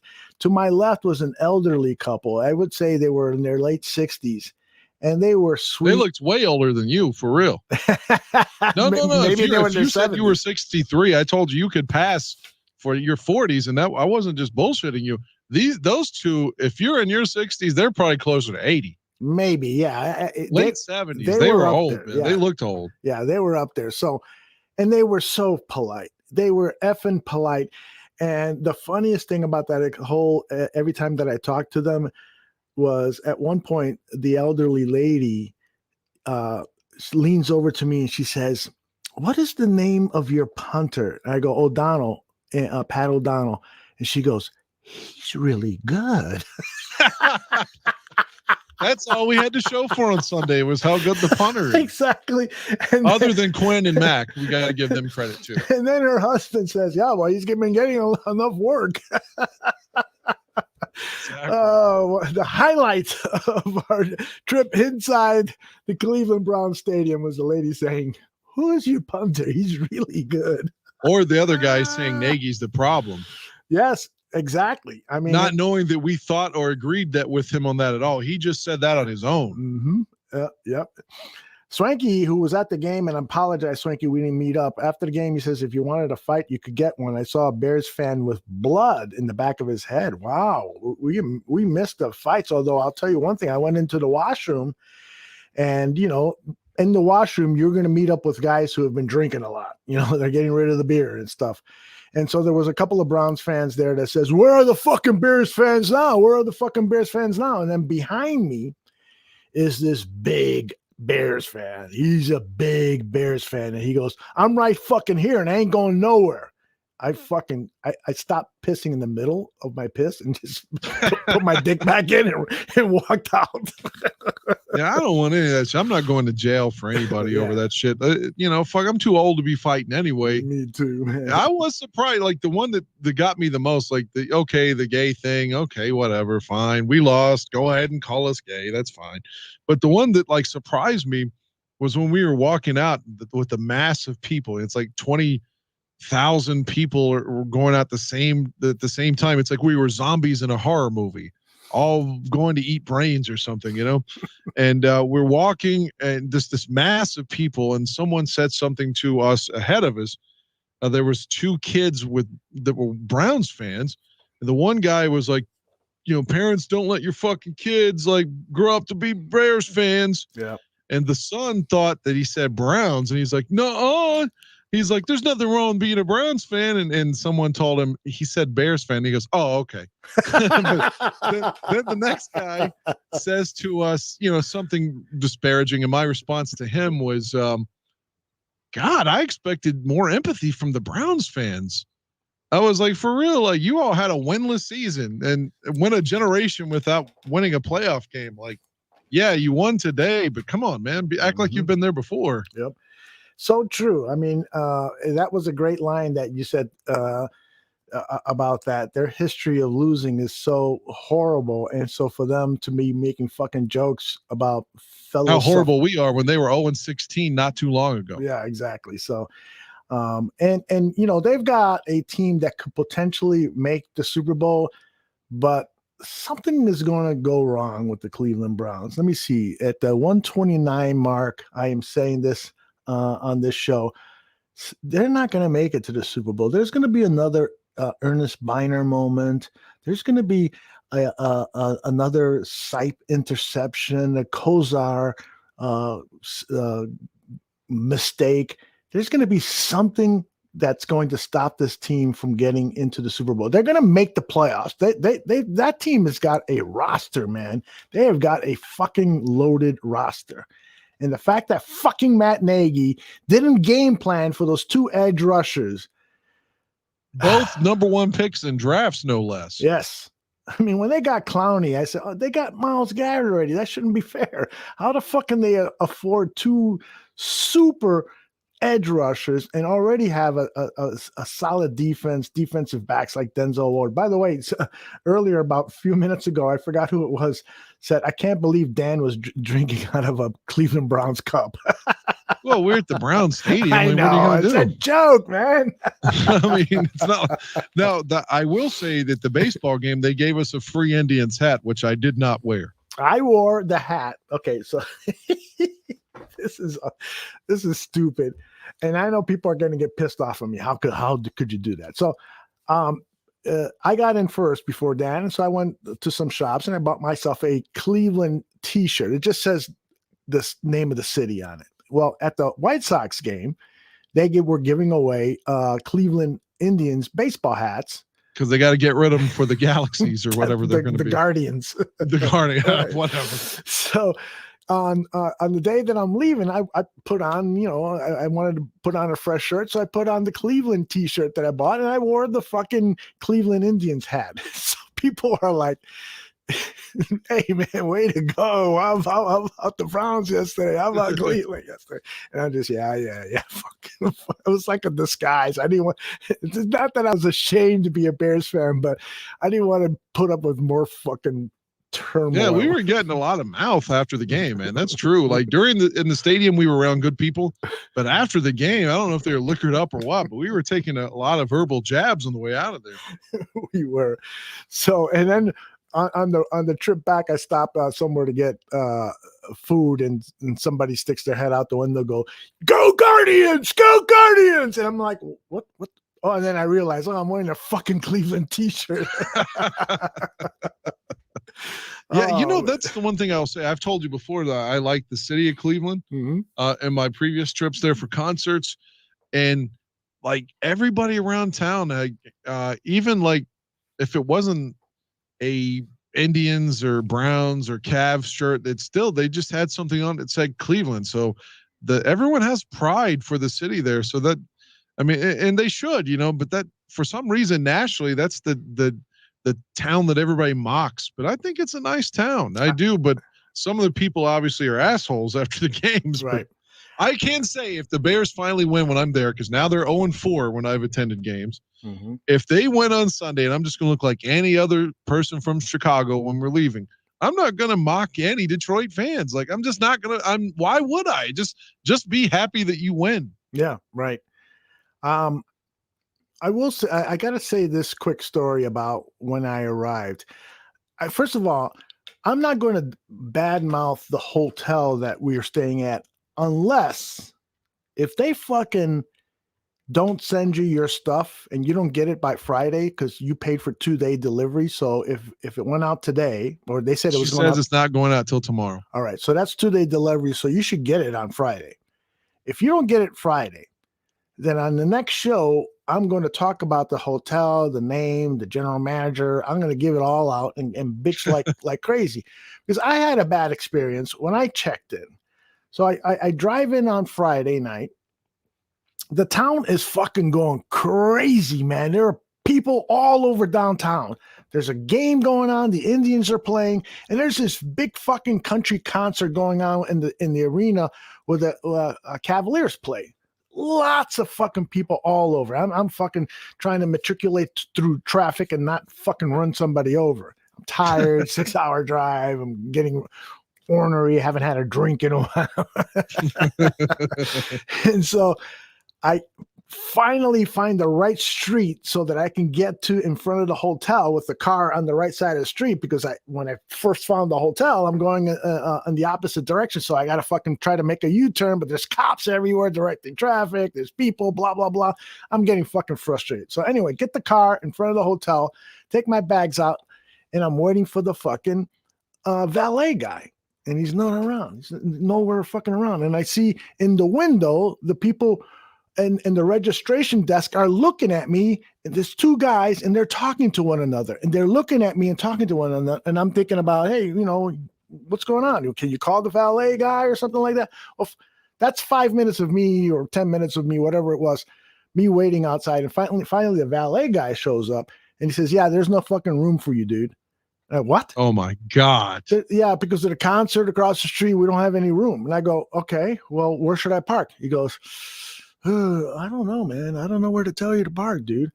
So, okay, let me take my bags inside, check in, and then I'll go fucking find a place to put my car. So I go in, and the two guys that were staring at me, they have no fucking suggestions as to where I should park my car.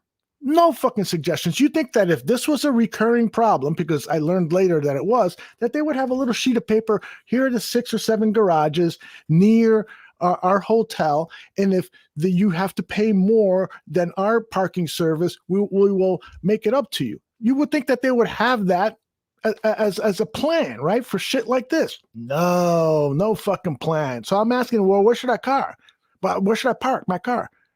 We don't know, sir. You might check down the street or something like that, but they're probably full too. Motherfucker, I'm paying to stay here. You're supposed to have a spot for me. Yeah, when I booked the fucking room, it said valet parking. There wasn't no asterisk unless there's a country music concert across the fucking street. $40 a day you're getting billed, by the way. So anyways, I vented there, and people are probably saying, fucking Aldo, shut up and talk more about football. No, I don't. How did the story end then? Did they say, okay, we're going to find you a spot? Like, what happened? So, yeah, so that's the kicker, right? So, first of all, I got to add one more thing. One of those two guys was looking at me like I was a fucking serial killer. He was looking at me like, just staring at me with these big blue eyes. He was a big barrel-chested guy. And so I'm like, why are you, I accused him of trying to turn it into my problem. Why are you turning this into my problem? I'm just simply asking where I should park my car, because the website said that valet parking would be available here. And if it's not, then you should have a plan for me as a customer. And so finally he looks towards the lady that you were talking to on the phone. She's seated in an office. She didn't come out for the 15 fucking minutes I'm talking to Dumble D and Dumble Dork.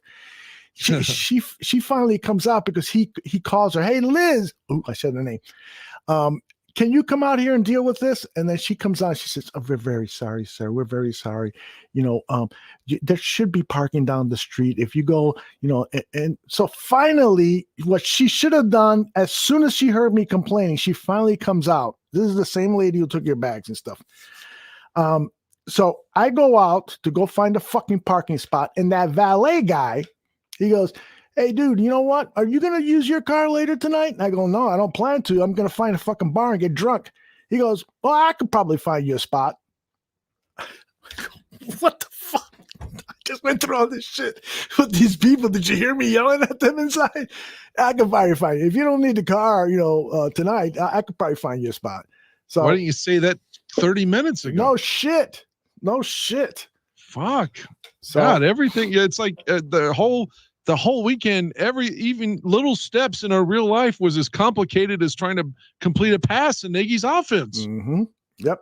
Herney777, who always has great comments, says it's called hospitality. The word is hospitality. Yeah, I didn't get any at first. Now, the rest of the stay at the hotel was fine. The rooms I thought were very nice. It was spacious. It's a 3-star hotel, so it's not like it was going to be super elegant or anything. But it was very, very nice. Yeah, I was really happy with the size of the rooms. We had a suite in the middle and stuff. It was all good.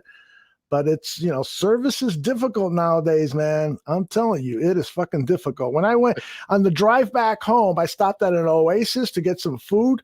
They got one person behind the counter who is would take up 10 orders, line up the 10 orders, and then go prepare those 10 orders. And so it was taking so much fucking time. Just service in America, man. It's become a fucking issue.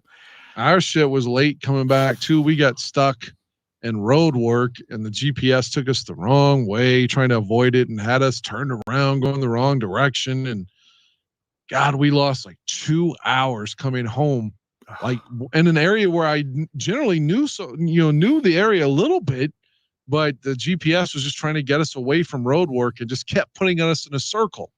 So yeah, we lost like 2 hours late getting home last night. It was so fucking terrible. But my question to you real quick, let's assume that the stuff comes back just for a second. Mm-hmm. And either way, I'm going to watch it, because the way the Browns fans cheated me, do you think A, I'll get my stuff back with cum on it, B, they wipe their ass on it, C, there'll be boogers, D, period blood, or E, all of the above? Or no, maybe belly button lint. I should throw that one on there too. But there's probably going to be a combination of fecal matter and all that other stuff. I'm going to wash it as soon as they come in, if they come in. That's funny. You think they will soil it? I honestly think they will. I honestly think that they won't, but now that I remember back to that barrel-chested blue-eyed guy that was fucking staring at me like I was a serial killer, I would not be surprised if he ejaculated all over your shit because he thinks it's mine. Well, either way, I'm going to watch his come out, and I'm going to wear that jersey again, just not on Sunday, considering how poorly they played while I wore the Fields jersey. I'm going to wear Jim McMahon or Walter Payton or something, I think, next week, or maybe I'll just wear a shirt, considering every Bears game I've gone to. I've worn a jersey and they've been defeated. Yeah, but I would like you to wear. I got like 2 or 3 Butkus jerseys, and I got one that fit you perfectly. So I would love for you to wear that, and then I will wear my Ditka jersey. Let me see if I can point the camera at the 2 jerseys. I got them up. There's Butkus 51, and there's Ditka 89. So I would love for you to wear the Butkus jersey. I go as Ditka. We go as old school guys. And we get an old school victory. Hey, let's answer some of the questions in the chat room. Kenny Jones would love to hear your take on this. Kenny Jones is asking, do you honestly think that the Bears will allow Matt Nagy to coach the entire season? What do you think, Dan? My head says yes. My heart says, please God, no. But I think that based upon the history, as we all know, they've never made a change like this. I think I said this with Buffon and Tyler and yourself. I truly believe the only way they'll make a change, maybe they get the same results against the Lions and they're shamed at home, and Virginia says, you know what, I'm 98 years old. Fuck this. This isn't working. I don't have a lot of time left, boys. I want to win. The season maybe isn't over yet. There's like 17 more games or 15 more games to go. Well, you're 14 now, but whatever. Let's make a move. Let's try to salvage this shit. I think it has to come from the old lady, and I don't mean that disparagingly. I just mean, the architect, Virginia. I think it's got to come from her to make that move. But maybe they're all just happy turning the profits. I don't know. I do believe George cares, though. I do. I want to believe that. I truly believe too. But now after you read that tweet, I'm not sure so as convinced as I was before. But I don't know about Michael, because Michael, just seems just like, well, maybe all of them. And I think Buffon said this. I don't mean to keep referencing him, but he said that, they're just so happy to keep pointing out 1985. Mm-hmm. And it's like, they got their Super Bowl, so they really don't care. Mm-hmm. But for so many of us, I mean, I was only 5 when it happened. So it's almost, again, I can go revisit it like it's, no problem, but it's not the same as watching it as an adult. Right. So maybe they are complacent because they had their moment. And for myself or Steve Zimmerman or somebody like that, or Aaron, we didn't have that moment. Right. Exactly. So, we want it, man. We're chasing that dream. Yeah. And I want to talk about those guys that we met Saturday night a little later, but let's get through some more of these questions.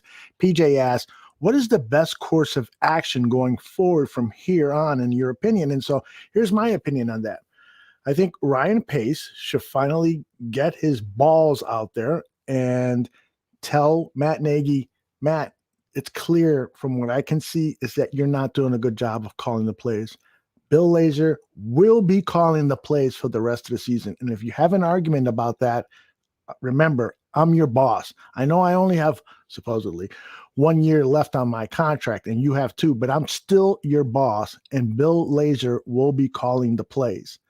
Secondly, I want to know from Bill Lazor how he's going to get the tight end more involved in this offense, because you promised me, Matt Nagy, that we would be running a KC offense. And I see fucking Travis Kelce doing a fucking incredible things with, getting 10, 12 targets a game.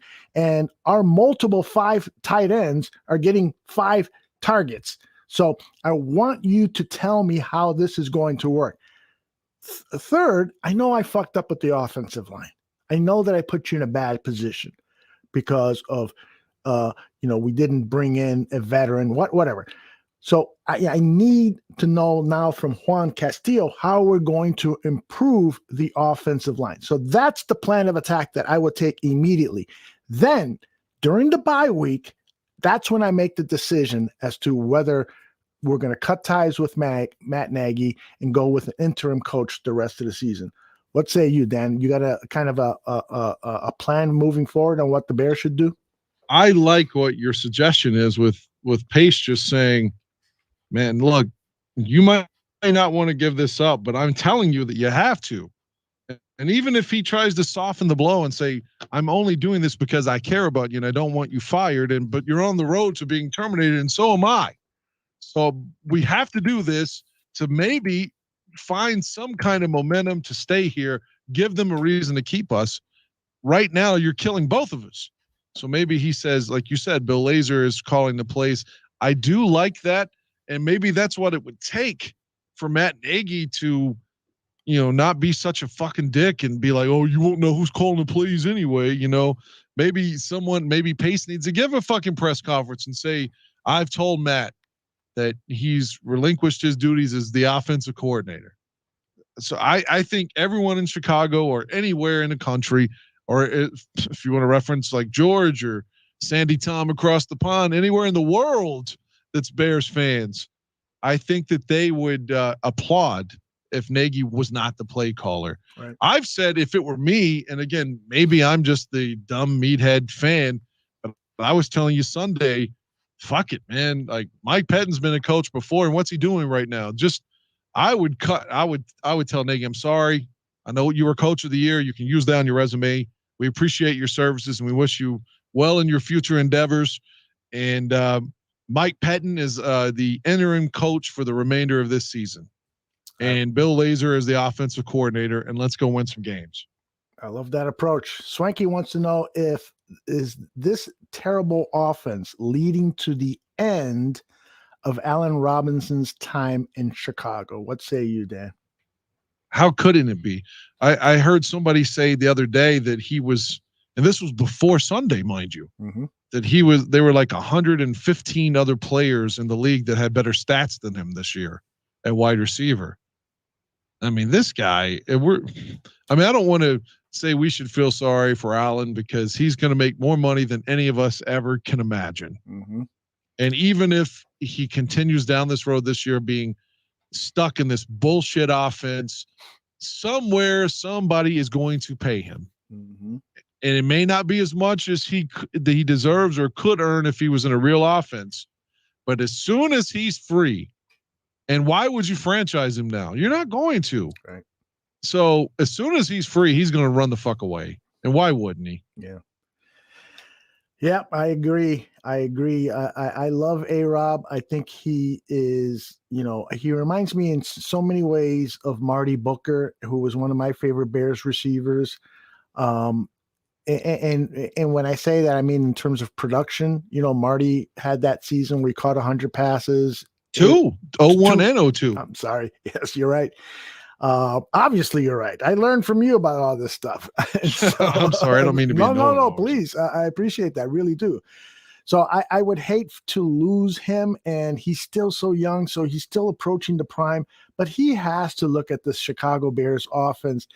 And just like Foles said on the sideline, this offense doesn't work. And he probably, if he has a good vibe about Justin Fields, and if at the end of the season they fire the head coach and bring in an offensive-minded coach, somebody that Allen feels comfortable with, then I think that it could happen. But I think that the other issue too is that Allen Robinson is asking for more than the market rate that is going for receivers of his caliber, which is low tier 1.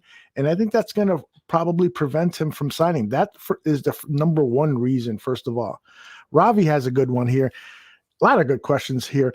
Since Vegas has Nagy as the first coach to be fired this season, how much stock do we put on that? And what is our best guess as to when that happens? What do you think, Dan? Do you put any stock at all on what Vegas says in terms of coaches being fired? Typically, my short answer would be no. And I would just follow up with the national media is not really informed specifically on the runnings and comings and going of the Chicago Bears. And they probably don't know that that's never happened before. But if the media is really putting a firm grip on it and just keeping pressure on the Bears, maybe that's what they need to finally make that decision. So I'll take that as an ally right now. Yeah, I'm rooting for Nagy Sunday, like you said too, but I firmly believe that we're not going to win until he's gone. So if we can pressure him somehow to get the fuck out of here, I think that's best for all of us, truthfully. I think that Vegas gets more insider information than any media member. I really do believe. Why? Because they pay people off. The national media, national sports media, they generally don't pay people for information. They got to dig, they got to make relationships. They, ask a lot of questions. They get information from all sorts of sources, and they try to get a second source and so forth. Vegas, they fucking call somebody over at Hallis Hall, say, hey, I got a little envelope for you, a bunch of $100 bills. I want to know what they're talking about with Matt Nagy. And I think they set the odds based on that. Now, I don't think that they get any definitive information, but they get to hear what people are whispering about, what's the mood at Hallis Hall, and so forth. And so if the odds are that Nagy will be the first coach fired, then I think that probably there's some credence to that thinking. Now, but when it happens, it could be, after the season is over. There may not be any coaches fired during the course of the season. So I do put a sliver of credence to what Vegas says with their odds. But, I all in all, I think Nagy is probably going to last a year unless we get something historic here in Chicago. I agree with you. I mean, I'm just telling you what I hope. Mm-hmm. But at the end of the day, I think the best case scenario, they're going to let him coach through the year. Mm-hmm. And they're going to cite, well, he overcame a 6-game losing streak last year. And that's what he does best. He keeps the team together during adversity. Mm-hmm. So that's why he's earned this chance. Oh, by the way, he was coach of the year in 2018. So I think all that combined, they're going to just, plus they don't want to pay him and not coach and pay somebody else. So I think that they will keep him through the end of the season. I mean, I hope not, but I think that's what will happen. Herney 777, and this is not a political question, Dan. This is about the Chicago Bears. Okay. Any ideas for a president? It has to be someone who can run a business too. It's not an easy question. Have you thought about this? Any ideas on who should replace Ted Phillips? No, negative. It's way above my pay grade, way above my head at this point. And I've never been one of the people that yelled about Sweaty Teddy or whatever. Mm-hmm. Maybe he is part of the problem because he has been there so long. But in theory, if you just say he's George's guy and he's not going anywhere, he's like, Robert Duvall to Al Pacino or to Marlon Brando, the consigliere. Okay, fine, whatever. Just I do think that regardless, we got to get rid of Nagy, and we probably can't get rid of Nagy unless we get rid of Pace too. And Pace probably deserves to get the axe as well because he's the one that fucking hired Nagy. That was his pick. He's the one that drafted Mitch and then let him go. He's the one that drafted Fields and is letting this guy, ruin Fields' confidence right now and getting him killed. Yeah. So maybe he deserves to go. Trading up for a tackle that had a back injury and then, oh, by the way, has another back injury. Well, the one name that immediately comes up as a replacement for Ryan Pace as a team president, it actually came from Doug Plank when he was on the old 100 Proof show. He suggested Gary Fensick, who is a very prominent lawyer, a Yale graduate, very well-spoken, very, very smart. He could handle the business parts of it. And, a lot of the business part is also part of delegating stuff to other people who have specialties in accounting and blah, blah, blah. But Gary Fensick could probably be a good person. And part of what Doug Plank said that I thought was really special, we should try to book him for this show, is that he said, this is the one organization in the NFL, or one of very few, that don't delve into the former players for jobs in the organization. And he rattled off names of people who should be on the coaching staff, should be in the front office, names like Singletary, other names. And that is true. I mean, why not give an opportunity to these guys who bleed Chicago Bear blue? Which is what Al Davis did for so many years when he was running well in Oakland. You got that absolutely right. I'm not saying that just because they wore Chicago Bears colors and are very passionate about the team, I'm not saying that they're necessarily right for the job. You got to do the interview, you got to go through the process and so forth. But I got to believe that there are a lot of qualified former Bears who could step in and do almost any job in the organization. Poor Singletary gets so much fucking shit because of his run in San Francisco. But I mean, who cares about the Bears more than Mike Singletary? I mean, Donald Ditka said that when he got inducted in, and it's not a dick measuring contest, but even I'm not saying to hire Singletary as a coach, but like you said, just give him a salary and a job somewhere in the organization. That guy is gonna be a soldier like some guy in the mafia because he cares about that fucking jersey, man. Yeah. Mike Singletary, to your point, Mike Singletary cares the same way. It's why Oakland hired Willie Brown and Fred Biletnikoff and all these legends in prominent positions. Very true. Bear Truth 9 asked a question. This might have been a while ago because we kind of addressed it. It says, Aldo, if you're Pace, you think it's smart for him to fire Nagy now? What do you do when it's a smart time to let him go?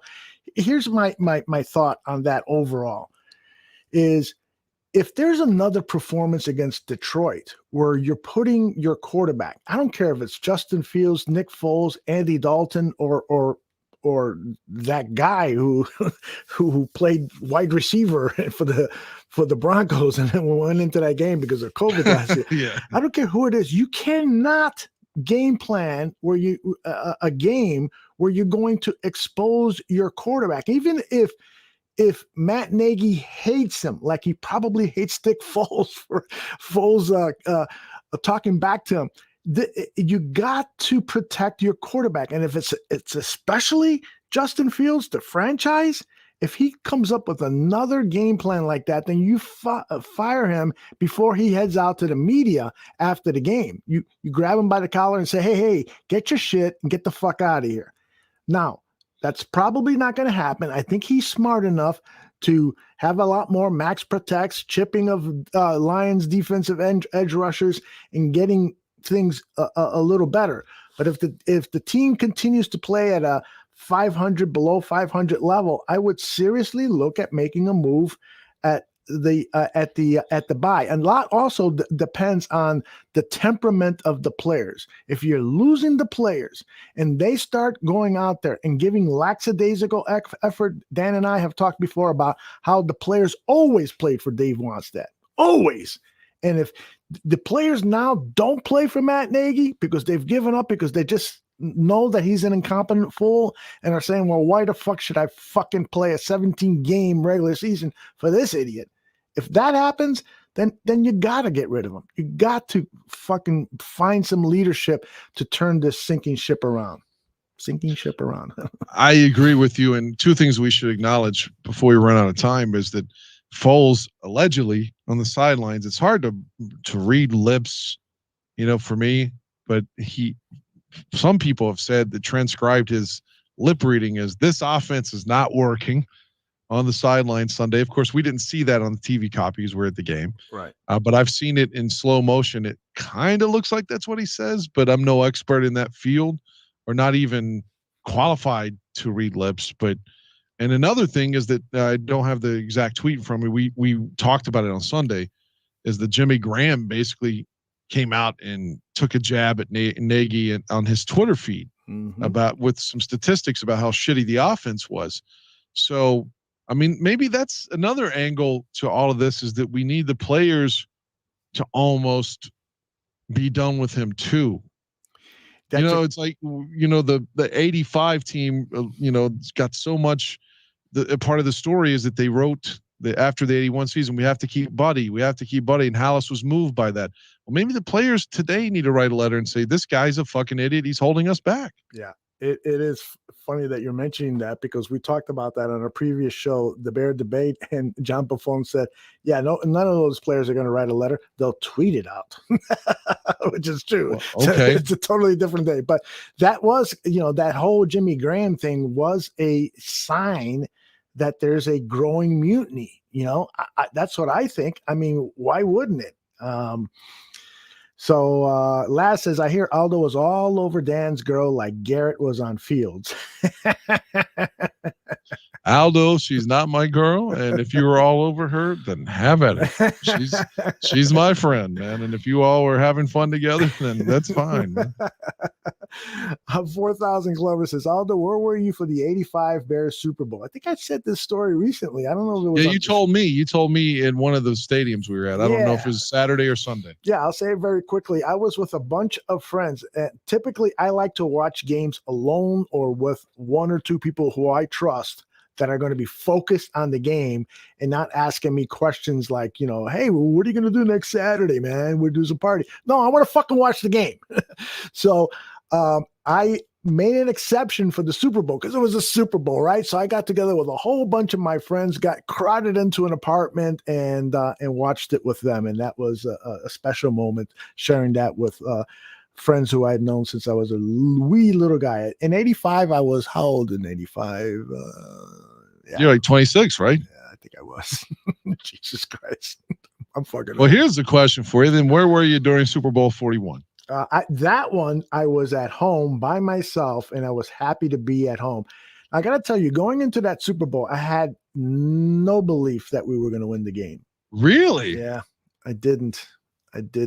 And I felt, how did you feel when Hester returned the kick? Did you think, okay, we're going to do this? I said, I'm a fucking idiot. The Bears are going to win this game. God damn it, we're going to fucking win this game. That was one of the greatest moments of my 50-some years of following the Chicago Bears. When Hester ran that kick, man, it was so. I kept saying, are there any flags? Any flags? Yeah, I didn't say that. I just was so. It was like the moment when Michael Jordan did the shrug. It was against Portland. Against Portland. It was the moment Walter Payton ran for 275 yards against the Vikings, and I knew that I was fucking witnessing history on television. It was all of these great moments, and it was that moment with Devin Hester, and it was like, wow.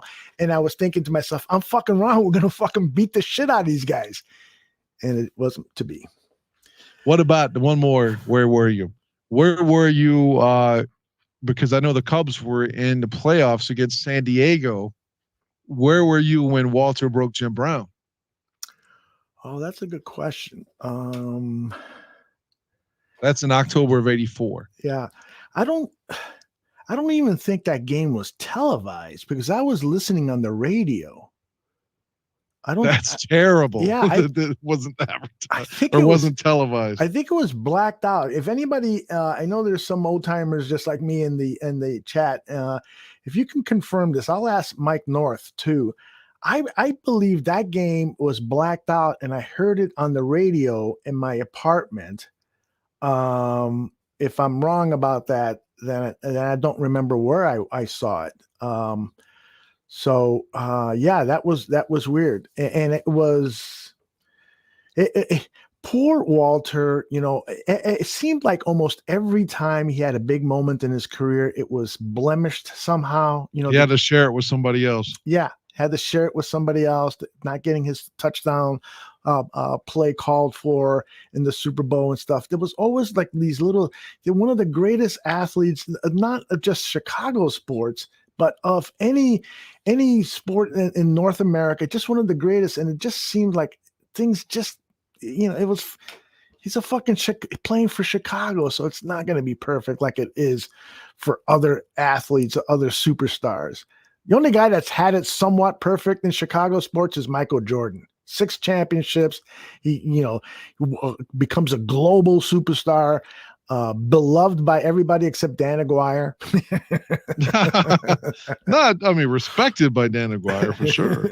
You want to tell people? And I rooted for him, and I definitely rooted for him against the Lakers. I rooted for him against Portland. If I had to go back again, I'd root for Portland, honestly. I rooted for him against Phoenix. I didn't care about Seattle. But the 72 win team, I just started hating them at that point. I liked them the first 3. Mm-hmm. And then I didn't like Seattle, so I just didn't care about that series at all. But I hated Utah vehemently, so I rooted for them both times against Utah. So yeah, and the Seattle one, I just didn't care. So overwhelmingly, I rooted for Jordan in the finals. But your issue, and we've talked about this on the show before, but just for many of our new listeners, your issue with Jordan is you don't like the way he treated Isaiah Thomas. Well, not just that. There are a lot of things about Jordan I didn't like. But they're personally about him, like about his personality. Not like personally, like I know him. But things like that is what I guess you could say I didn't like. But yeah, I think it's a shame that Isaiah kind of just is an afterthought right now. Mm-hmm. Just because, and I don't like the Dream Team stuff. Yeah, I didn't like that at all. And like he owns up to it, but then he doesn't own up to it. Mm-hmm. And it's like everybody knows, man. Like quit bullshitting. But I do think Isaiah deserves a lot of credit for being a great basketball player. Jordan's better, mm-hmm. but Isaiah made Jordan better though, making him, like you said before, like working out and making him hit the weights and just being a stronger player. Mm-hmm. All those things that helped him grow over, just it taught him tenacity to overcome like this team that's beating you up. He guess who popped in? If you're going to say Shane Marsaw, I'm going to be like, wow. No, he loves the Chicago Bulls. I am going to say Johnny Santu. Look at that wallpaper you've got going on there. Chicago Bears wallpaper. Oh, it's a green screen. Aldo, don't give away all my secrets. I'm good. How are you fellas doing? Good. I saw you in the chat room and I said, okay, John's got to come on and give us your take on what's going on with the fucking Chicago Bears. Hey, before John jumps in, let me ask you something. Yeah. Is there any chance you're coming to the game Sunday? I will not be at the game. I will be in town, though. I'm hoping to see both of you. Oh, good. Saturday night would be great. I've got to go back and get my condo ready for sale. I still own property in Illinois, even though I live in Des Moines. Mm-hmm. So what is your time of being there? I think I'm hoping that we'll be there somewhere around like 6-7-ish Central Time. Perfect, because electricity was turned off in my condo, so I can only work during the daytime. Oh, gosh. I'll be ready for hitting up Morton's in Schaumburg. Nice. I don't know about Morton's. Well, I don't get paid again until after the trip. I will set something up and let everybody in social media know, because we've had already like almost a half dozen requests. Is there going to be a Meet Dan event when he's in town this weekend? So I will set it up for. But that was canceled. I get them all to myself. I love it. I would set something up for like Saturday at 8 p.m. It'll probably be in the north suburbs. or close to the airport. That might make it more convenient for people. So I'll set that up, and I'll make sure to let people know on social media, and we'll advertise the shit out of it. So I'll set that So up. hypothetically, Aldo, is the goal, just forget where it is, but like hypothetically, is it going to be like a restaurant kind of deal, like a Buffalo Wild Wings sort of exactly, setting where we're watching sports and talking and stuff like that? You got it. All right, sounds great. Sounds great. I am staying by the mall, although as I usually do over there. There's a couple sports bars, big ones. Yeah, that's a great idea. So actually, Tooch, let's let you and I talk offline, and maybe you can give me a couple suggestions to check out. Right. And maybe I can square away a space for us. So, yeah, that's great. Anything you want to ask Mr. Santucci, Dan, before I quiz him on the Bears? Well, he has been a detractor for a long time of Matt Nagy, and to be fair to Tooch, he was saying that in 2019, like when everyone else, myself included, was probably happy with him, saying, well, he's the reigning defending coach of the year. So I want to give him his props on that. He's been saying Nagy was an idiot since 2019. Yeah. So my question for you, Tooch, is I'm assuming that you kind of felt like we did after Sunday, thinking like, if you had it your way, dude's gone after Cleveland, right? Oh yeah, I wanted him gone after 2 years, but that sadly the wheels move a lot slower at Hallis Hall than the fans would like. The fans being correct more often than Hallis Hall, though. If truth be told, over the years. But yeah, I don't think they've ever fired a coach during a season. So it's interesting to see how far the bottom is for me. I'm way past where you guys are now. I've gone through those stages, where it's I forget what are all the stages of grieving. Yeah, I've gone through all of them. And anger, denial, sadness. Yeah, I've gone through most of them too. Yeah, I went through them 2 years ago, but the thing about Nagy is that some people can spot a phony faster than others. It's not because I watch a lot of film on football or watch a lot of games or know the game like, other folks do, professionals who, break down tape and stuff like that. But to me, it was the fake laugh. I was like, yeah, you ready to be a Bear? During draft day and stuff. It just sounds so phony. I don't know if you guys got that. That's the sense I got. Now I'm looking around. I think I forget who tweeted it out, but it was reading Nick Foles' lips talking to Andy Dalton on the sideline. This offense isn't working. Nick probably was saying the same thing last year too. Yes. I'm sure it was. I think he, in essence, was saying that to Matt, to the coach himself. Remember that one time on national television where they caught him on the sideline having an animated discussion with Nagy, and we learned after the game was there are certain things I do better than other things that he wants me to do. Is essentially what he said. And so I think the secret is out. The secret that the national media suspected.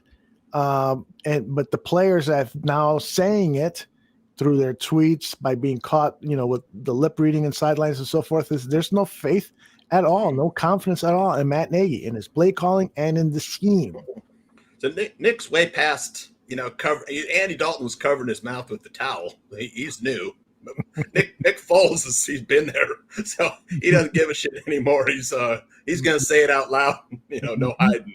Andy Dalton's like, I could still start this team, maybe lead us to the playoffs at 8 and 9. Like I was saying, the Bears are one of the worst teams in the NFL. As long as Matt Nagy's calling plays, I'm not even sure the locker room believes in Matt Nagy anymore. That's what I'm saying. It's interesting to see how far the bottom is, but there's good news, Aldo. Folks, we can make a lot of money betting against Matt Nagy. I sure have. Last week I was like, that is very true. The under. Yeah. Against the Cleveland Browns, 2 pass rushers, they could really rush the passer. We saw that on you guys were there seeing it live. Yeah. But to not have, a tight end stay in to chip any of those guys, I think Myles Garrett said the reason he didn't have any sacks against the Texans was that You know, they chipped him more often than they chipped him with the tight end more than any other team ever chipped him. Mm-hmm. You know, so Matt Nagy didn't watch the Texans-Browns game. I don't think, you know, he didn't watch that tape. But I mean, if he who did, in the right mind would think that Peters, at his age and at his conditioning, could go one-on-one against Myles Garrett? yeah, Doesn't make sense. Doesn't make sense. That's Matt Nagy. He doesn't make a lot of sense. But, you know, Matt Nagy, he's good for 3.5 points, Aldo. So that's if you right. want to take the under. I'm fading the Bears the rest of the season, but they're going to have if they don't beat the Lions, they're going to have a hard time. You know, first 10 games they might be 1-9. You know, because after the Lions, the schedule doesn't get much easier. Vikings are playing well. Right. Packers. I love what the factor says here. Is most Bears fans are down. LOL. Tooch is smiling because he made money. I mean, money helps make people feel better. You got to help Darren put the gambling app on his phone so he can start making some money. Never gonna happen. I'm not West Virginia legal there. Bears in fantasy. Legal. That's why I don't play fantasy, and I'm not going to gamble against the Bears. Not happening. So Hugh Evans says, I'm not gambling on the Bears either. But that's how you can make money, though. Pace fell for the con man and Nagy. You know, I mean, although I've said this before, you and I have talked, but I'm not so sure Pace hired Nagy for the sole reason that their wives got along. You know, I think he said that in an interview. Our wives got along great at the interview.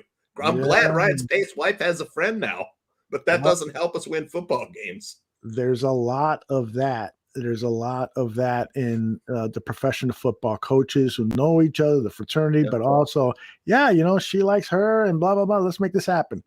Hey, I got a question for Dan, and then John, I'd like you to jump in. I want to start with Dan first because he's so good at the history of the Chicago Bears. He's the best. Shouldn't Justin Fields do what Jim McMahon did, which is basically say to Mike Ditka, fuck you, I'm going to change the plays, I'm going to do what's necessary for us to score points? Shouldn't Justin Fields take a little bit more of a risk of alienating his head coach, since his head coach doesn't know what the fuck he's doing? God, if I give you what I really think, I don't want to piss off anybody in the chat room. My honest answer to that is it's more complicated for Fields to do that because he's black. And I'm not trying to make anybody feel uncomfortable, but there's a stereotype on black men when they're called angry and stuff. And then they're called malcontent. And that's easier for a white player to overcome. That's easier for Jay Cutler. It was difficult for Cutler too, but Aaron Rodgers can certainly overcome that. And McMahon could overcome that he was difficult to coach at times. But if you get labeled that as a rookie and you happen to be a black man, I mean, that shit kind of follows you around. They're like, oh, he's got an anger problem and he's not coachable. And he, you know, then suddenly it's like Cam Newton and he's out of the league now.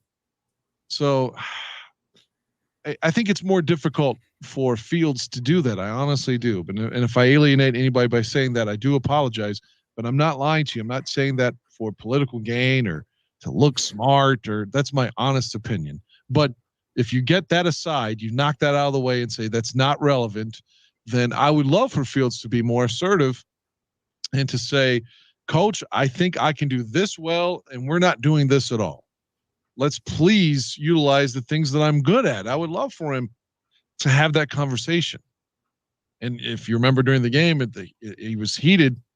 At one point, Fields just walked away from him. We saw it. But he did come right back to him like 5 minutes later, 2 minutes later, whatever it was. It was shortly after. But Nagy was trying to talk to him at one point in one of the bad possessions. They were all bad, I guess. And he came off the field and he walked away from him. It made me think of Cutler when he basically told Mike Tice that he was a fool, you know, and just walked away from him. But anyway, I hope I didn't give you an answer that made you think, oh, fuck. No, not me. I'd love to get Tooch's take on the question that I asked.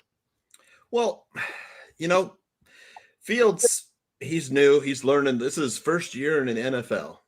You know, if he were to, you know, take on his head coach, he's going to end up with the target on his back that Nick Foles is currently wearing. You know, I'm pretty sure Nagy said in his presser, Mick Foles might be the starter.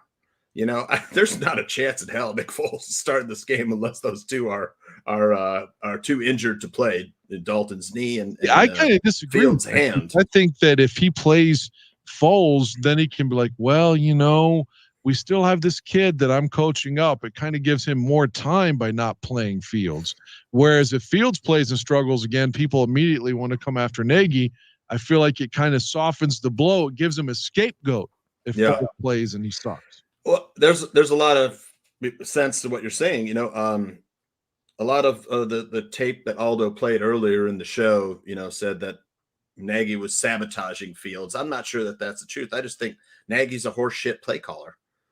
He sucks. I mean, the way you beat the blitz is quick, 3-step drop and hit the quick slant, or keep the tight end in, 2 tight ends in the block on a passing play. Let Mooney and Allen Robinson beat their man. That's it. Hit Montgomery with the fucking screen when run the screen, draw the pass in. rush in and dump off the screen pass of Montgomery, who's more than capable out of the backfield. But I never thought. I mean, when Nagy was hired, we were sold a bill of goods that said this guy's an offensive genius.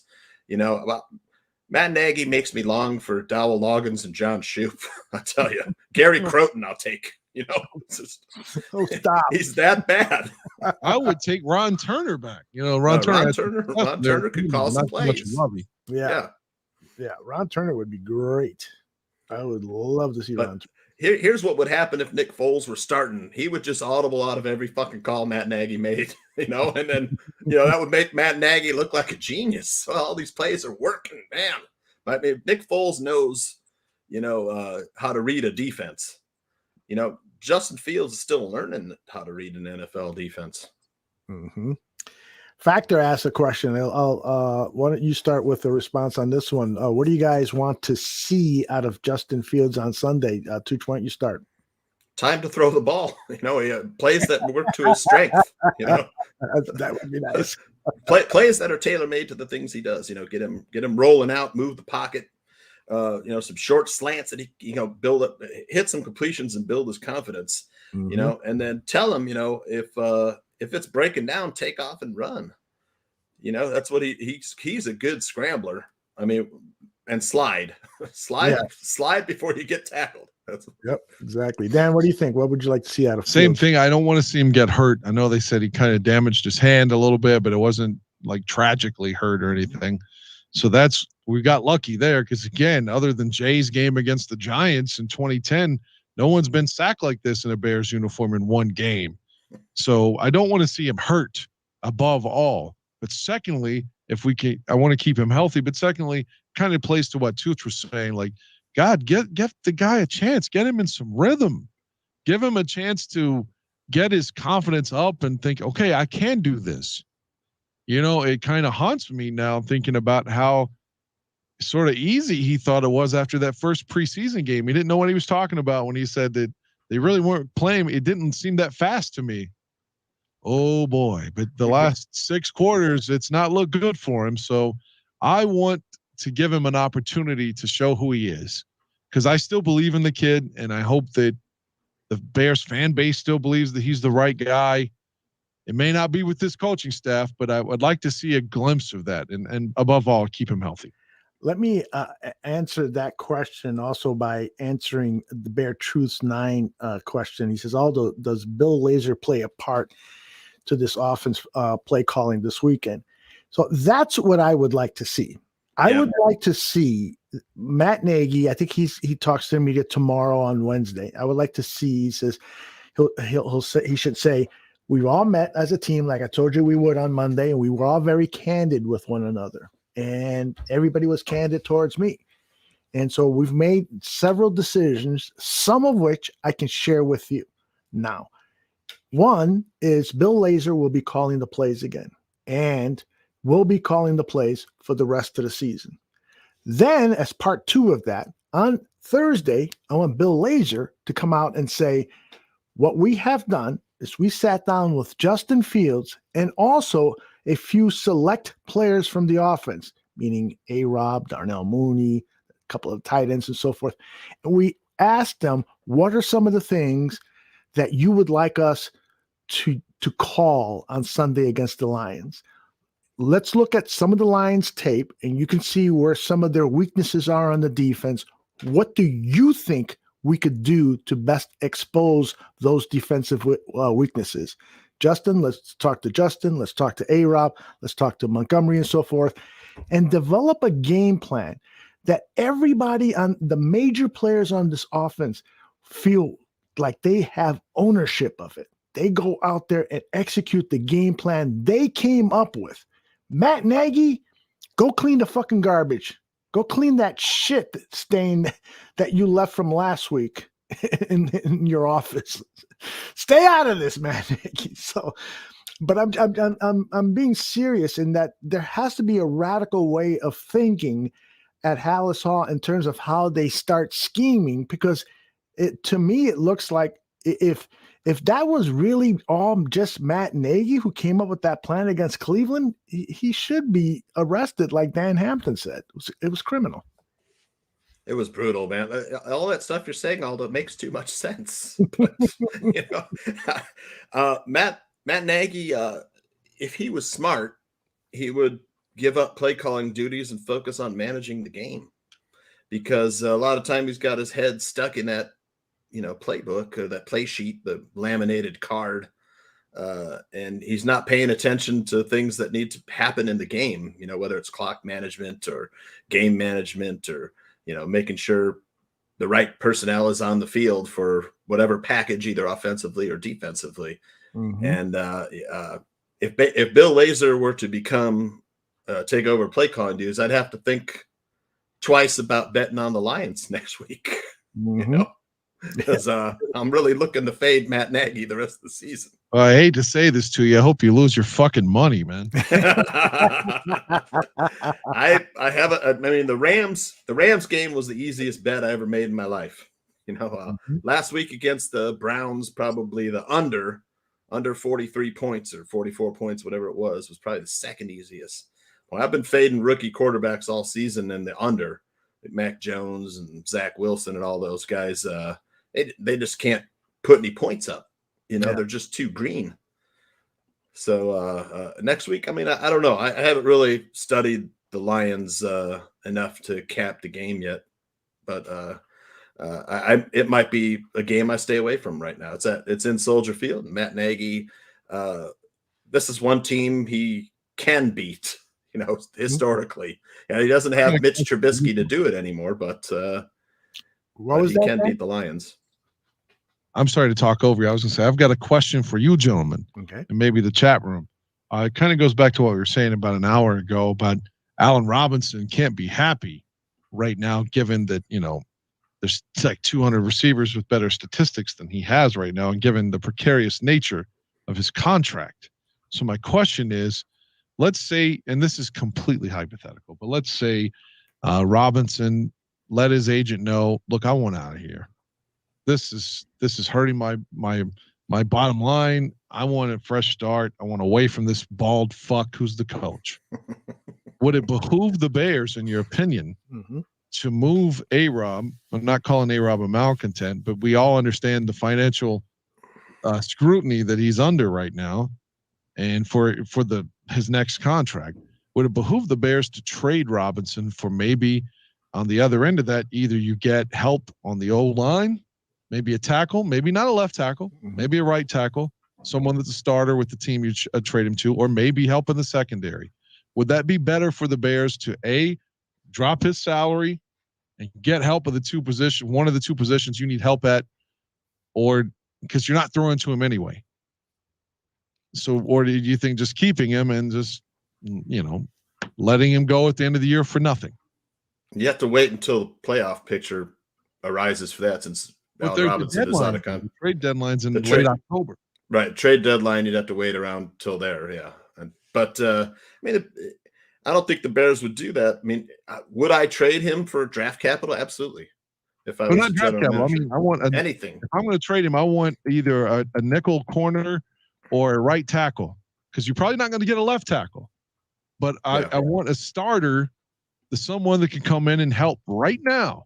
Maybe a right tackle to help Fields, Or maybe a nickel that could help your secondary, because I mean, that wasn't the problem this Sunday, but it's still a problem. Well, I will say this. The trade deadline is November 4th. Let me confirm that. Yeah, Tuesday, November 4th. So in the NFL week, that comes out to week 9, which I believe is the week that the Bears have their bye. No, it's the last game before the bye. So they would be in essentially trading A-Rob just before the Steelers game. So I would say this. I would try as much as possible to reach a long-term agreement with A-Rob. That would be not my number one priority. I agree. Number two, if you can't make that, you're going to have to trade him to a team that you're going to give permission to try to work out a deal with A-Rob, because if you don't, then the other team knows it's going to be a half-season rental, because A-Rob will then become a free agent, or potentially they could franchise tag him, but it won't be a long-term deal. So what you get in return for A-Rob won't be substantial whatsoever. You're trading him to a team that says, hey, we just need him for the playoff push here, so here's a 3rd or 4th round draft pick. But if they sign him to a long-term deal, then perhaps you can get a 1st rounder, maybe not too likely, but definitely a 2nd rounder and a player to be named later kind of thing. So what is that? Did your air conditioner go on, Tooch? Yeah. That's cool. So I hate the fact that we might have to entertain that topic for real. But yeah, I don't think that you're going to get much in return unless the team receiving A-Rob is able to sign him, and that's tricky to do. Yeah, he's probably the best player on the team. Yeah, you know, you hate to lose him because he has the potential for a 100 catch season. I just don't. I think he's had enough of Bears management and Matt Nagy to want to sign here. Well, and PJ makes a good point here, because he says you can't sign A-Rab now because he's on the franchise tag and there's no negotiations with players who are on a franchise tag. I guess that is right. You can't extend somebody's contract who's on the franchise tag, so that makes it even more difficult. Yeah, the Bears are fucked. Come on, man. He's out of here. He's gone, because you're not going to franchise him again. And if you give him the choice to leave, he's going to go. Mm-hmm. And he's gone. He's gone. And that's the awful thing about the predicament that we're in. You know, some people are saying, well, you should just fucking tank the season. Tank for what? It's not like if you get the number 1 overall, you don't get a 1st round pick. That's right. It belongs to somebody else. So you're tanking for somebody else. No, you got to do whatever fucking possible to win games this season. You got to do it. You fucking got to do it. Is it 2 more 1st rounds that we're not getting? 2 more years without a 1st round pick? Just 1, I think, right? For moving up to draft Justin Fields. Yeah, because they got 1 this year. That's right. They got our pick at 20. Okay. Right. Yeah, it's. Hey, before I go, I want to say this real quick, because I don't have a lot of time, and I've beaten up Khalil Mack on the show a lot, and I feel like my criticisms have been warranted at those times. Mm-hmm. But I also want to praise him now to show that I'm not just some asshole who doesn't like him. Khalil Mack obviously banged up his foot. He was in the medical tent, and we didn't even realize it at first. You said, "Where's Mack?" Looking out there, and I was like, man, I don't see him either. I don't even see him on the bench. And then I looked at Twitter and saw that Patrick Finley had said, you know, he's in the tent, and he's in the locker room, or whatever the sequence was.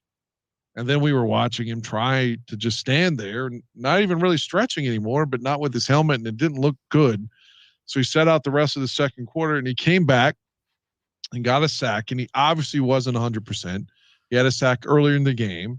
So, I mean, and we saw him trying to fire up the defense at one point in the 2nd half as well. So I got to give Matt credit, you know, like at one point, you know, he got a sack because Quinn had pressure and cleaned it up. And at one point he had pressure and Quinn cleaned it up and got a sack. So they're helping each other. That's positive. That's good. He may not be a game changer the way I want him to be, like Garrett was Sunday, but you know what? He's playing, and he could have set out the rest of the half, and he didn't. Hey, or the rest of the game. Dan, I apologize. I need to interrupt you because there is breaking news, and I want to get your comments on it before Is this you head out. real breaking news or chat breaking in the chat room, or is it? No, this is good, and I appreciate It's Brisson letting me know about it. I am over at theathletic.com.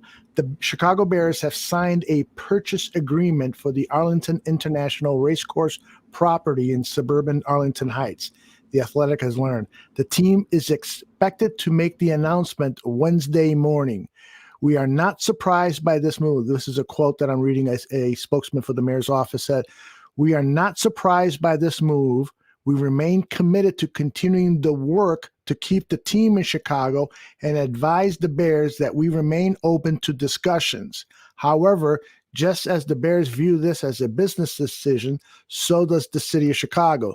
This season, Soldier Field signed for a major contract with the Chicago Fire, and just last weekend, Soldier Field hosted the Shamrock Series, both of which were lucrative for the Chicago Park District and local economy. These examples and others demonstrate that Soldier Field remains a very sought-after venue, and as the mayor has said many times overall, the city and the Park District must explore all options to both enhance the visitor and fan experience.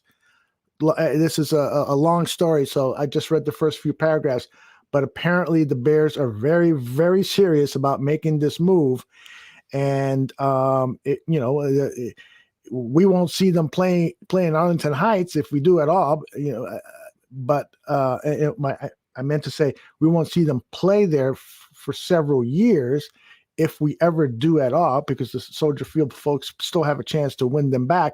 But I agree with Ravi. It's good job, McCaskies. The Soldier Field is just, and Chicago has not kept up with the times in making that fan experience. And Dan, when you're out here next Sunday, you'll see that the fan experience at Soldier Field is not anywhere near what you and I experienced at First Energy Stadium in Cleveland. Dan, your thoughts? My thoughts are, it just seems like the opportunity to keep the Bears in Chicago is like, to use an analogy, is like swimming upstream at this point. Again, I'm not there. It doesn't impact my life like it does you. Like your taxes are going to go up to finance the stadium, and it's going to be so cool for you to catch an Uber 2 minutes away and go to your fucking game, if you want to, because by that time you're going to be in your early 70s.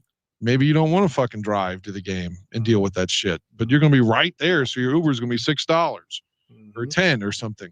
So yeah, that impacts you. But from an outsider perspective, in theory, I would love to see the Chicago Bears play in Chicago. A major market, a major American city deserves a major American sports team. And you would think on paper that these two things could come together somehow, but everything's political and has red tape around it. And it just seems like this shit's happening. It's happening right in front of us. They're going to claim, the bid on that land, and they're letting us know, like, dude, we're next decade, we're out of here. So it's happening. They're giving us a part of the real stadium. They're going to probably have a retractable dome, probably host the NCAA tournament, and probably host a Super Bowl. So the Super Bowl could be in your backyard. Yeah, that's right. And Dan, when you leave the airport and drive to my house, you're not coming to the plane, but when you're driving to my house on 53, you're going to look to your right and you're going to see the racetrack, and I'll take you there later in the day or sometime before you leave so you can get a closer look at it. But you're going to actually see that land that Chicago Bears are purchasing. And I'm going to take a video of it, and then in a decade, if I'm still alive, I'm going to be like, this is what it looked like, and come back and be in the stadium. Tooch, your thoughts on the news? I love it. Like Dan said, you're going to get a lot more events, man. You build a state-of-the-art stadium. I mean, the Bears were kind of wedged into using Soldier Field, keeping it. They dropped the stadium inside the colonnades, which to me never made a lot of sense. I mean, like, if the mayor's saying right now, hey, Soldier Field's still lucrative, There were other sites in the city they could have built the state-of-the-art stadium. They chose not to. Now the stadium that's been dropped into where Soldier Field is, it's not going to host anything. It's small. It's one of the smallest stadiums in the NFL, if not the smallest. I think it is the smallest. Yeah. Capacity is 62,000, 63,000. Right. They're not going to host any big events, like that. Like Dan's saying, you get an NCAA tournament with a retractable dome, man. You get the NCAA championship there. And then, you build a fan experience, like you say, put a casino there, top-notch restaurants. There might be walking distance to Morton's again, Aldo. Yeah, there you go. put a Morton's and a casino, all sorts of stuff. Stadium looks like a spaceship. Maybe they can call George Lucas back and they can put their George Lucas Museum in there. That would be cool too. Yeah, exactly. Well, I mean, Arlington Park has its own metro stop. That's kind of, that's easy for folks to get to, whether you take the blue line out to Jefferson Park and transfer there. You could take the metro from Ogilvie Station all the way out to Arlington Park. There's lots of going into the city for people in the suburbs is a bit of a hassle, and I'm not sure that people are strictly coming from the city to go to Soldier Field to see the game. It's mostly people either visiting from out of town or in the surrounding suburbs that are attending the games anyway. So if they do it right, and they make transportation a little easier for fans to get there, they could have a stadium with 80,000 people, a little bit better revenue, and they're not paying the park district to rent the stadium anymore. They own it. They'll build it themselves. They'll own it. The NFL will finance it. Although we're paying higher property taxes probably in Arlington Heights. Not that they're high, not that they're low right now, anyways. But. Yeah, I'm not sure how much more anyone can pay the taxes I pay in this fucking place. But that's a different day. Hey, can I say something to you, Aldo? Because I got to get ready. Yeah, to go. I was just going to turn it over to you because I know you got about 4 or 5 minutes left. I want to say I kind of said this at the beginning, but again, I'm not blowing to use something that Phil would say. I'm not blowing smoke. And again, I say that with reverence, no sarcasm toward Phil at all. So I want to say again, I want to thank you for the experience over the weekend, and thank you for doing the podcast with me the last year and a half. It's been great, and I've enjoyed it. And I always thought of you as my friend before, which is why I stayed around anyway. Because, like I said, whatever problems may or may not have existed with you and other talent had nothing to do with me. You and I, we didn't have any quarrels, and you and I spoke about movies and TV and shit. The same things we talk about in here, we were saying in text. So I thought of you as my friend before we'd ever done a podcast, or thought of you, but certainly before I met you. But now, when you meet somebody, it kind of takes it to another level. So it sort of authenticates your friendship. So I hope that you think of me as a legitimate friend, because I certainly think of you as that. And I want to thank you for just how gracious you were over the weekend. Like I said, just, I want to pick this up. I want to pay for that. I want to pay for that. I mean, it's not like you were obligated, nor, it just, you just did it out of the kindness of your fucking heart is what I'm saying. Like, and who does that? Not a lot of people. So I want to thank you for that. And I want to thank you for inviting me to your home this weekend. And I hope that A, I have my jersey and my fucking hoodie, but B, I hope that the experience is great this weekend. I hope we get a victory. I hope we go to Ditka's and do all these things, and then that it's great. And I hope that I don't impose on your family in any way. And I'll be as respectful to your house as I would if it were my own. So again, I want to thank you for everything, man. I guess I've rambled enough. There it is. I just want to say thank you. I appreciate that very much, Dan. You're always welcome in my home, and you're my good buddy, one of my best friends, as is Tooch, Johnny Santucci. And I will let you go, Dan. Get to work, make some money, save some lives, and we'll talk again. That reminds me, there's a Jake Gyllenhaal movie coming out Friday on Netflix that's about the 911 operator, Dan. Whoa! Checking that out. I hate the Halle Berry Antoine movie. Fuqua film. Oh, he's a great director. Training Day. The Halle Berry 911 movie is horrible, and I don't watch that show either. But I got to go do that till 4 p.m. But as I go, I'm going to say this completely to tug on my own cock. I was told by the owner of my station today that I won Personality of the Year on radio in the state of Virginia. I do not have my plaque yet, but apparently it happened over the weekend when they would have had a banquet, but they didn't because of COVID. So they just announced the winners, and I'm supposed to get a plaque. So I've won all these awards before for my sports coverage, but this is the first time I've submitted anything for just my classic rock radio deal. Good. So I kind of feel like that acknowledgement means that I can tell my owners here, or my owner and my the person that is my boss, to say, hey, see, I don't suck.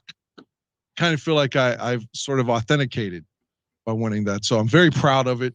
And I don't mean to sound like that's my sin, like vanity right now, but I was told right before we turned the mic on. So tonight, by Bob, he's like, hey, congratulations. I was like, for what? Thought he was going to say, you went to the Rock and Roll Hall of Fame, or sorry, the Bears lost. But no, he says, drops this on me. I was like, wow. You're getting a lot of congratulations in the chat room. And Chubbs wants to know, how is it that Dan keeps winning all this shit in West Virginia? Well, this is actually in Virginia, but we're on the border.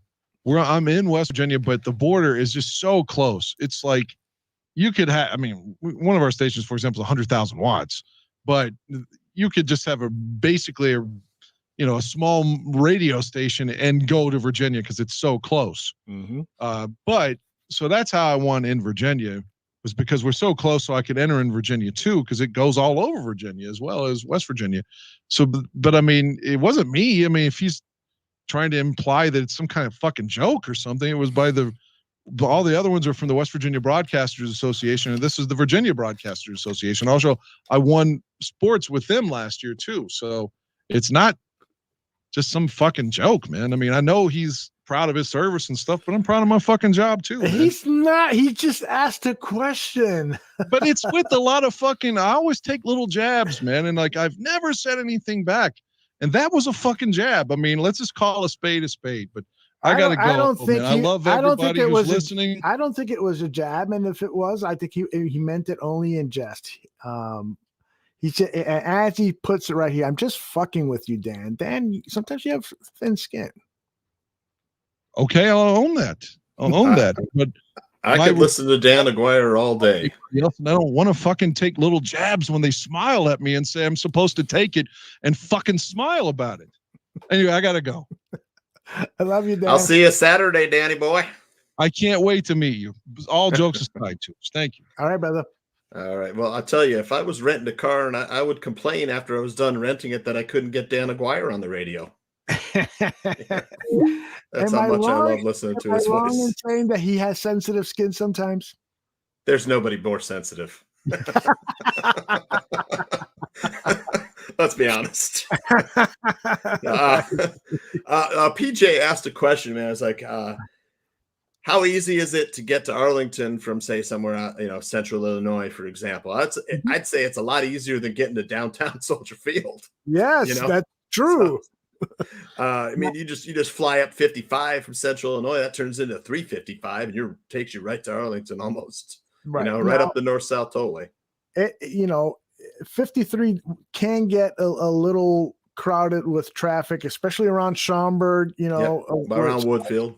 Yep. So they would have to make some infrastructure changes, and the streets along the racetrack and so forth. Sure. Property. Euclid Avenue. Yeah, but this is going to be a multi-billion-dollar project, and so the roads are going to be expanded. They're just not going to build a stadium, and everything's going to be the same. So it is going to be good. And I saw what Michael Diaz. Yeah, he says, Michael Diaz says traffic will kill you. But before that, he said, as long as it's the Bears' own money, and I agree with that in terms of the edifice itself, but there has to be some tax dollars put in for road construction and so forth. And the return on that for us taxpayers is more jobs, blah, blah, blah. So hopefully this is done the right way. I wouldn't want, if they're going to come to us, McCaskies are going to come to us. Oh, and by the way, this is all completely taxpayer funded. I'm going to say, get the fuck back to Soldier Field. Yeah. My property taxes are already astronomical. Yeah, I can't imagine. I mean, the NFL will finance, a large portion of this. Like Oh, they've well, done. the NFL will, Tooch? They've done it with other stadiums. Okay. I don't think they were doing it as much back when the Bears, dropped the spaceship into Soldier Field. But I think the Cowboys stadium was partially financed by the NFL. If the Bears have to take a loan out from the NFL, fine. That's let's be honest. They could create something state of the art there. As far as fan experience, top-notch hotels, restaurants, and a casino. Man, that would be killer. You could spend a whole week there, and then go to the game on the last day and fly out. O'Hare's 15 minutes away, 10 minutes. Wow. So, yeah. By the way, Chubbs says, Aldo, sell me your house for $100 and I'll let you live there. I don't have to pay property tax. And I'm like, okay, I'll talk to my wife right away about that. I'm sorry, Tooch, I interrupted you. That's all right. I was done. Listen, before we finish up here, I want to ask you a question about your Twitter handle. Yes. Santucci VIP. Talk to us about that. I had to reinvent myself for the podcast I do called Maximum Edge Sports Wagering Show, and I had to do. I told them when we have a marketing group that helps market the show, and they help market my Twitter handle, and they insisted that I reinvent myself as a handicapper. Which I was resistant to because, I started doing it for fun. I when it became legal January 1st in Iowa, I got into it and made some money betting on the Buccaneers in the Super Bowl, and continued that into college basketball, where I was really, I was picking games, pretty well during college basketball. And then lost a lot of money betting baseball, which I'll never do again. So baseball, I'll be not betting baseball. I kept losing. So football's come around. It's more of a sport that I know. And like I said, when the Bears lose and if I make money, it doesn't hurt as much. So I know my team, and I know if they're going to lose, I'm going to make some money off of it because I'm here to supplement my income with either, sports wagering or giving advice or tips, so the VIP is, I have some people who subscribe to me for picks, and I was hitting about 55%, for, which is pretty good. I mean, the best gamblers in the world lose 43% of the time. It's just the fact. 57% of the time is good, really good. 55% of the time is good too. 60% is, 60% is, you're otherworldly, that just doesn't happen because, you're like 2 bad weeks away from you losing your entire bankroll. So, I always say, the best bet you make is sometimes a bet you don't make. So I've been a lot more conservative, and I'm just picking, a couple games that I'm really sure of, I'm betting that on the weekend and been doing pretty good with, but, I have to give out free picks, as part of the marketing service. And they're getting us some good guests coming up, on the show, like David Bierman and hopefully the Crack Man, Bill Krackenberger, who's like a legend in sports gambling. And other people in the little circle of handicappers and stuff that work in the little Twitter group we have. But it's been fun, man. I love talking college football now, and I talk about a few games Sunday for the NFL, usually 4 or 5 on Sunday morning. Saturday morning, about 4 or 5 or 6 college games, and then we talk about the Thursday night football and college football, and Friday night college football games, and then of course Monday night we're talking just Monday night football. I'll keep the show down to about 15 minutes for Monday night and Thursday nights, and about a half hour for the other nights. Where do people find this show? It's a Maximum Edge Sports Wagering Show on YouTube and Twitter Live. You can follow Maximum Edge podcast, Max Edge podcast on Twitter.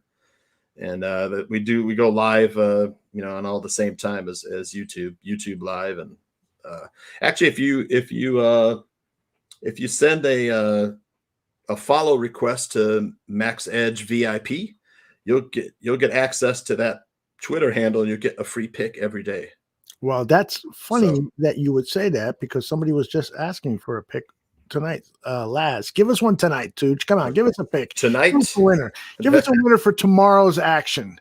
Let's take a look at what's going on.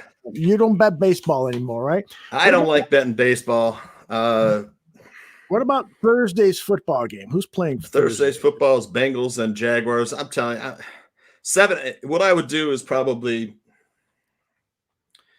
I'll probably take the under in that game.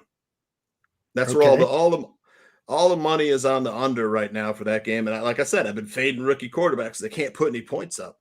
So the Jaguars, they've got the number 1 rookie quarterback and Trevor Lawrence. And then you've got the Bengals, and sure, the Bengals can put up some points. They just beat the Steelers in Pittsburgh. They played like horse crap against the Bears, but Bengals could put some point ups. I don't think the Jaguars will put much points up. So I'm probably leaning for the under in that game. I haven't capped that game yet though, but it's 7.5, plus 7.5 Jaguars. That half-point hook would make you want to take the Jaguars, but if I was betting, I'd probably buy that hook and take the Bengals -7, but I haven't made a decision either way. My initial lean would be the under. I got to tell you, man, I think the Bengals are going to blow the Jags away. It's a disaster in Jacksonville too. It really is. Yeah, I mean that's something that we failed to talk about. But all of the rookie quarterbacks, I was so high, and I still am. I still am high on the 5 quarterbacks that went in round 1. All of them, I think, are going to have good NFL careers, and maybe some of them great NFL careers. And still high on Justin Fields, still high on Trevor Lawrence, still high on Zach Wilson, still high on Trey Lance, although he's only seen a handful of snaps of that, and still high on Mac Jones.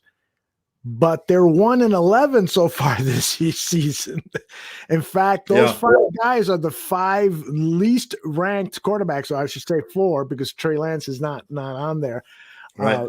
Those 4 guys who have seen playing time are considered among the worst in football statistically right now. And that's okay. That's okay. If you heard the montage that we started the show with, a lot of great quarterbacks, their debuts started off poorly. And Troy Aikman is 15. John Elway, another one. Elway, yep. They got to take their lumps, but like I said, I've been fading the rookie quarterbacks, whether it's taking the under in their games or just betting straight out against them. Cincinnati's a better team than Jacksonville. That's the way. I mean, Jamar Chase has been fantastic. That guy is just 4 touchdowns already. After taking a COVID year, at LSU, he's reunited with Joe Burrow, and he's catching some deep balls. That guy is fast. I would have loved him on the Bears, but I love the Justin Fields pick. We haven't had an athlete like that at quarterback ever for the Bears. It's just Matt Nagy. Matt Nagy is ruining him. Yeah, Notre Dame or Cincinnati Saturday. That is a tough call. I don't know the spread, and I think Notre Dame's getting points at home, but Cincinnati's got a good quarterback too. That's going to be a tough. But Notre Dame's defense is really good. If they're getting points at home, I like to take a home dog. Home dogs are cleaning up this year. You could tease the home dog, with another team. And then you're getting like +9 at home for Notre Dame with another team, that you like in the game. Were you surprised at the Wisconsin Notre Dame game on Saturday? The results of the game? I had Notre Dame in that game. Wisconsin, they can't pass the ball. They're one-dimensional. They've got a good running game, and the defensive front of Wisconsin is pretty good. But they were playing a home game on the road. There's so many Irish fans in Chicago that was a home road game for the Irish. Irish have a good defense too, and they got a little better quarterback. They can run the ball too. And Cincinnati is playing for something. This is the Bearcats I'm talking about against Notre Dame next Saturday. They're trying to make a little statement, hey, we deserve to be in the playoff picture of college football. And Notre Dame also, Notre Dame's been to the playoffs. I probably would take Notre Dame. My initial lean is for Notre Dame. I think, Cincinnati struggles in the first half with teams. They had a hard time with Indiana. I probably would lean Notre Dame initially. Cool. I always like to bet on the Notre Dame game. And I'm a Notre Dame fan, but I am also a realist. If I think they're going to lose, I will bet against them.